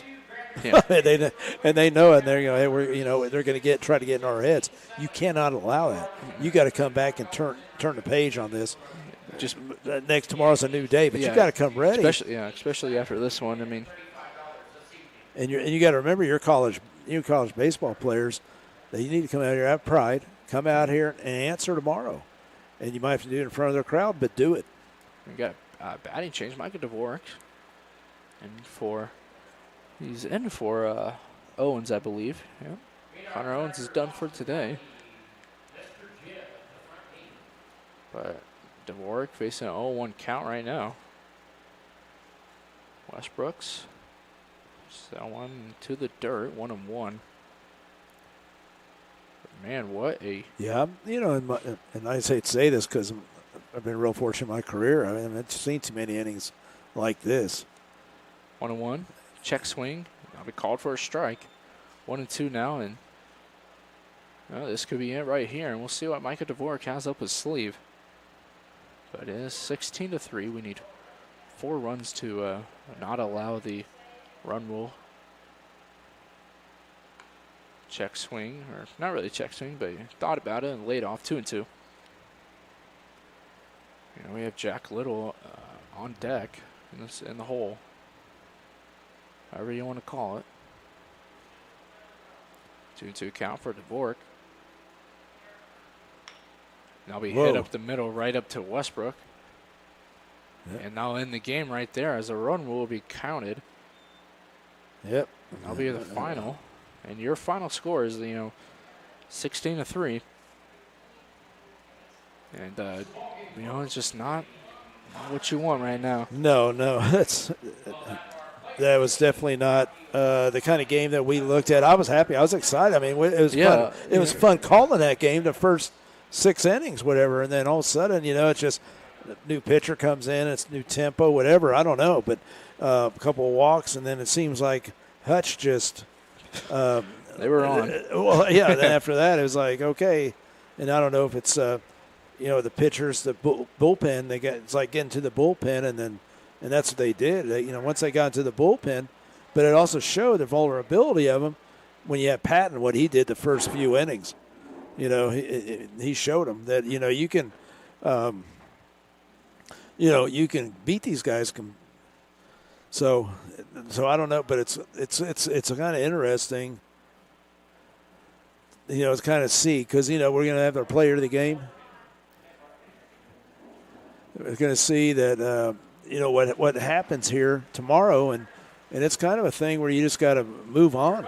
I hate to say it, but the only thing tomorrow, all I got to say is a pride game. Yep. And that's what I would tell my players that there's time when you play for pride, and it's going to be tomorrow. Just got to keep your head up. I mean, just got to chalk up this game as one time. First time we ever done this. I mean, this first collapse I've seen from the Rebels like this. But yeah, just need to bounce back tomorrow, and we'll be there. Right. So anyway, you want to take a break here? Yeah, we'll take a break as our player of the game is Clark Henry. He went 3 for 3 with an RBI, I do believe. And we'll see what his view is of the game. Yeah. So. And with that, we'll take a quick break, and we'll be right back.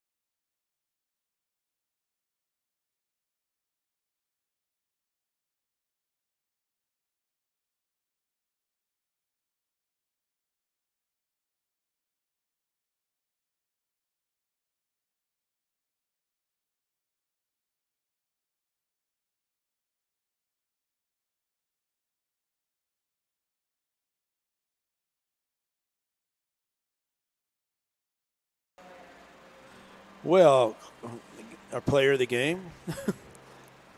Let's see, Car Kenner. Yeah, tell us a little about you. We want to finally. I don't really want to talk about the game right now, and I'm sure you don't. You're kind of situation where you're not. Let's cool down a little, but I think you're a new player, and a lot of people. Who is this guy? Because you just came on. When did you come out here? Like a couple weeks ago. Yeah, a week ago, I think. A week ago. So, they all want to know, who you are and all this. So let's get a little information. I don't have an information sheet on you that we had the guys do, but we'll go ahead and ask, where are you from? I'm from Houston, Texas. Houston, Texas. All Yes, right. sir. And you might tell us what school you're at, college? So I was at Temple College this past year, junior college near Waco, and then now I'm going to University of Texas, San Antonio next year. All right. Yeah. That's a pretty nice place there. Yeah, it's Been not there. bad. I've been there before. I know it's a nice place. So tell me about what year you are and what you're going to major. So I guess I'm a COVID sophomore, going to be a junior next year, and my major is business finance. That's right. So you're going to be ready to graduate pretty early. I mean, if you want to, or how's that? I think I could, but I'm going to keep the dream alive as long as I keep can. playing. I don't blame you. Yep. I don't blame you. So talk about some of your hobbies. Honestly, I've kind of picked up frisbee golf, and I've actually played over here. Right over on here. on my day off. It's a nice little 9-hole. But Too bad they don't have lights out there. You could be playing at night, man. That'd be cool, wouldn't it? It was really hot yesterday, but that's one of my hobbies. Also, play video games here and now. Here and there. Wow. Nothing crazy. What's your favorite video game? Probably MLB The Show. Baseball. Oh yeah, that's good. Let's talk about your parents. Who are they? My mom, Linda Farrell, recently got married this past year. Oh, wow. Shout out to her. Congratulations. Yep. And then my dad, Brian Henry. That's about it. Now, where do they live? They live in both in Houston. Okay. Yeah.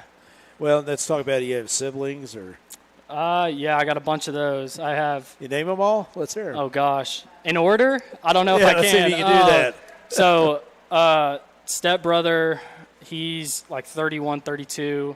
Then another stepbrother, he's 29, 30 around there. I have a sister. I already messed up. My sister's like 31, half sister. And then 26-year-old brother, 25-year-old stepsister. Wow.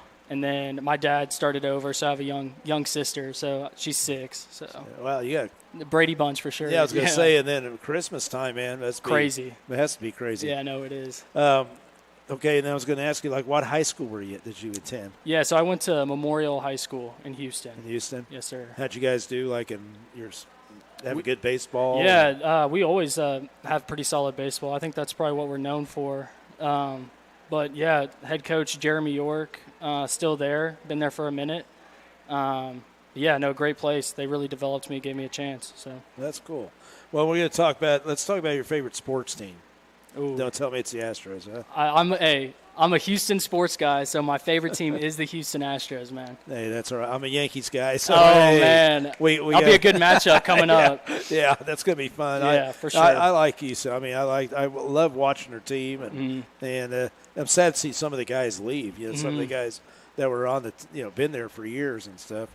So anyway, but who's your favorite athlete? Ooh, favorite athlete?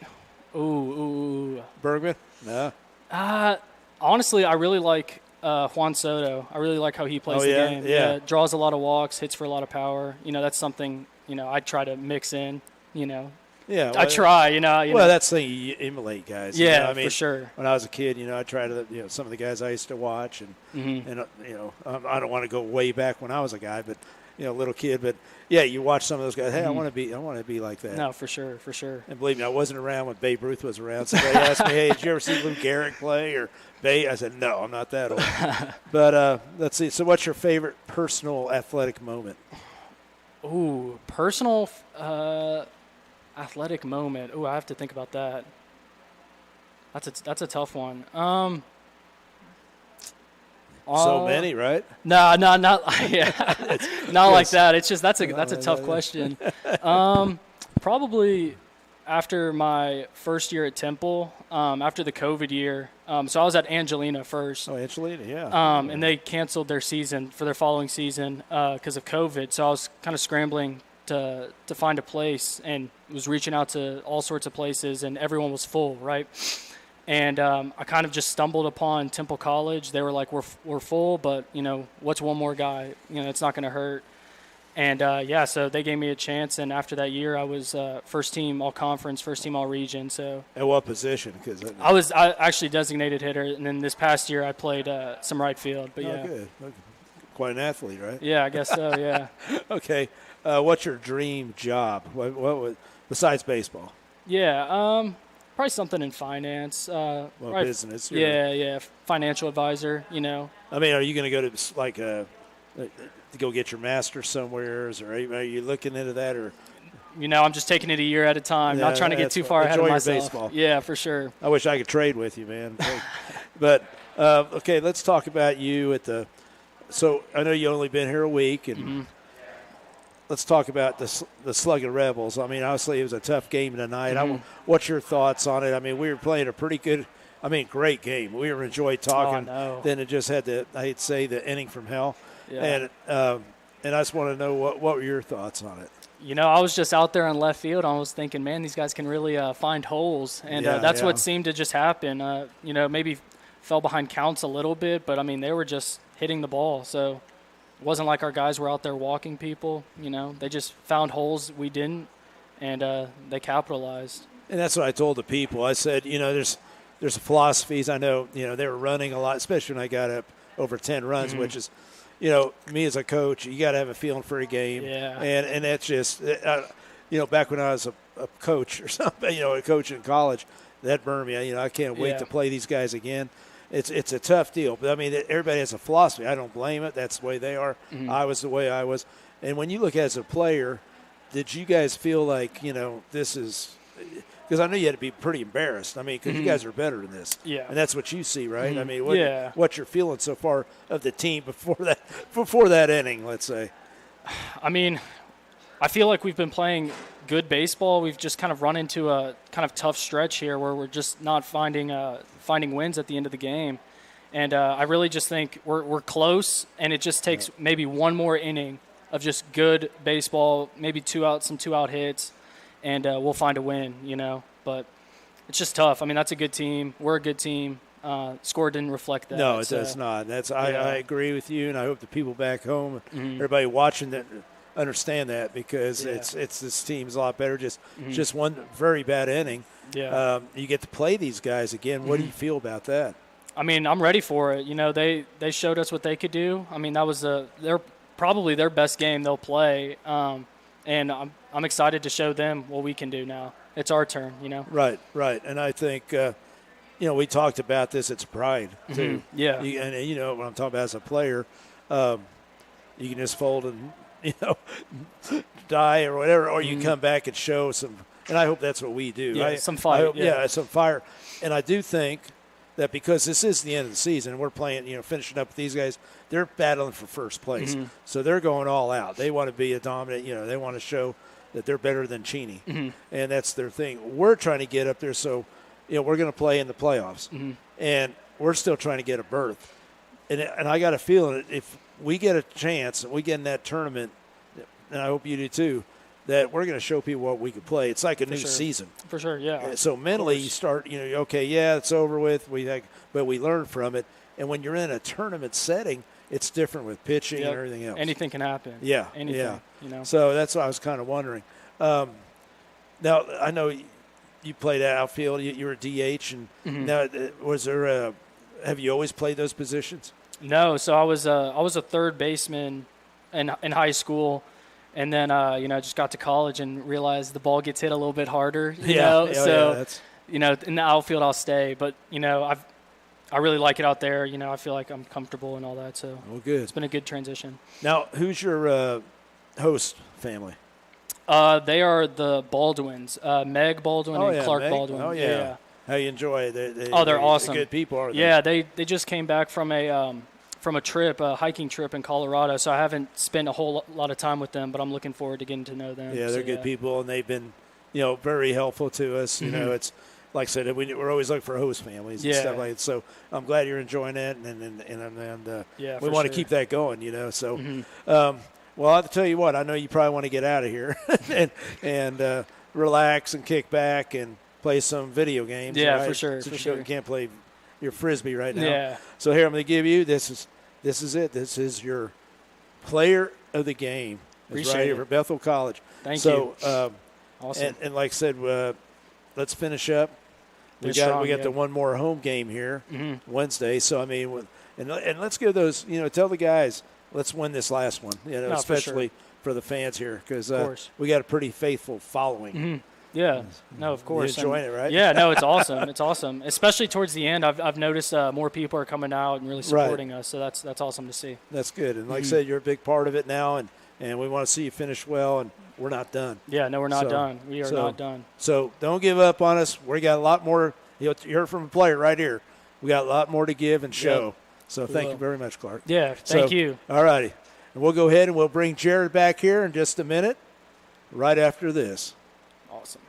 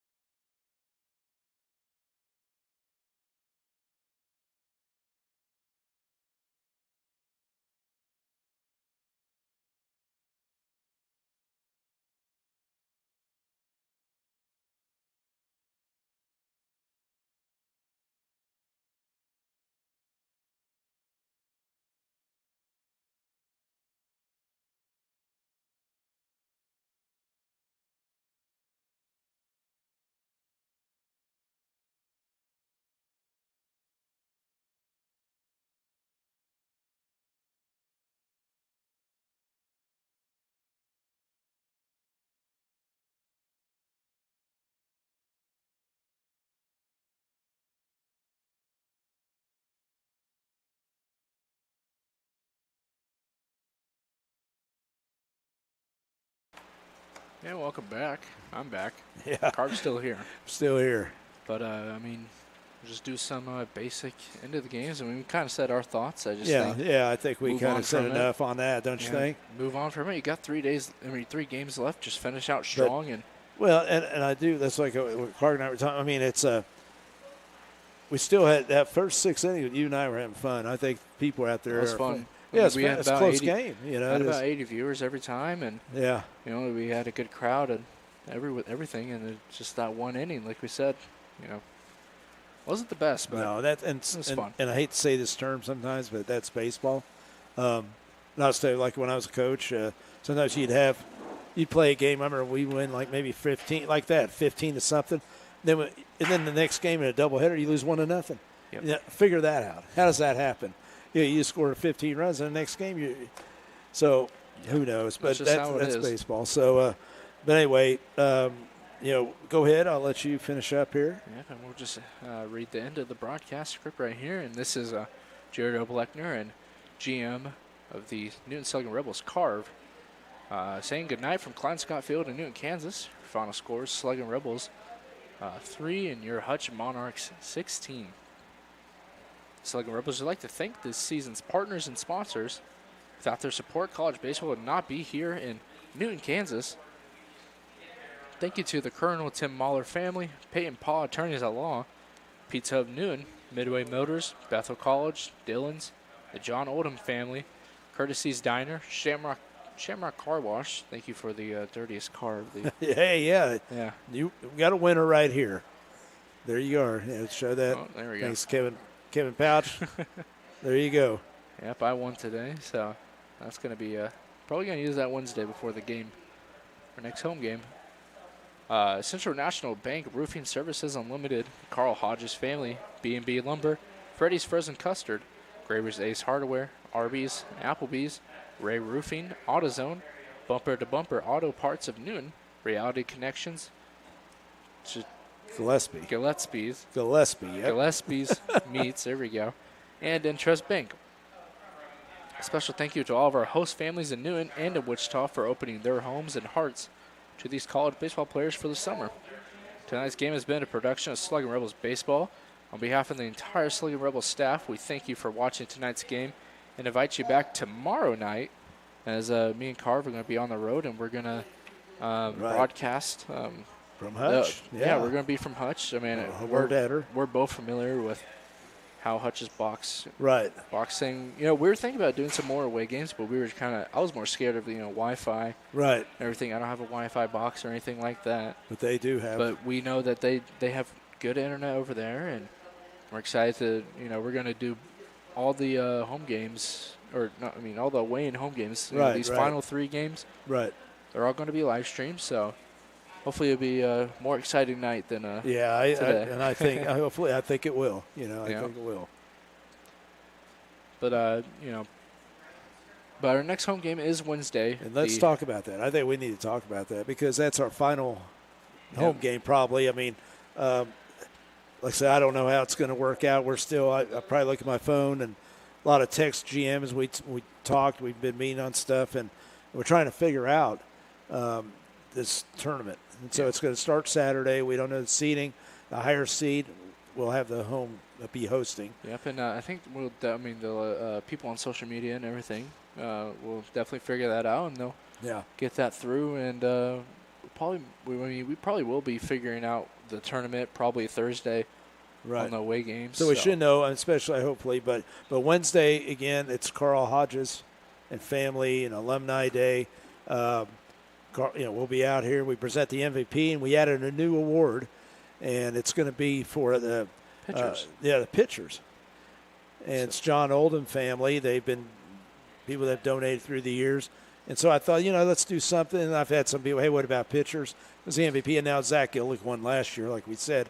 But I think we need to have the MVP. Especially this year, since we have way more contenders. Right. And we had a lot last more. year. Exactly. So anyway, it's going to be a special day on Wednesday. It's our final day. And then, want to say thank you to everybody that's helped out, and we'll do that on Wednesday. And with that, I think that'll do it for this broadcast. And we'll see you guys tomorrow at 7, and we'll be at a different location. So we'll see how that works. And, way up there, kind of shaky when that wind blows. I know that. But I'll say good night from Jared Oblickner and Carv. We'll see you. Have a good night.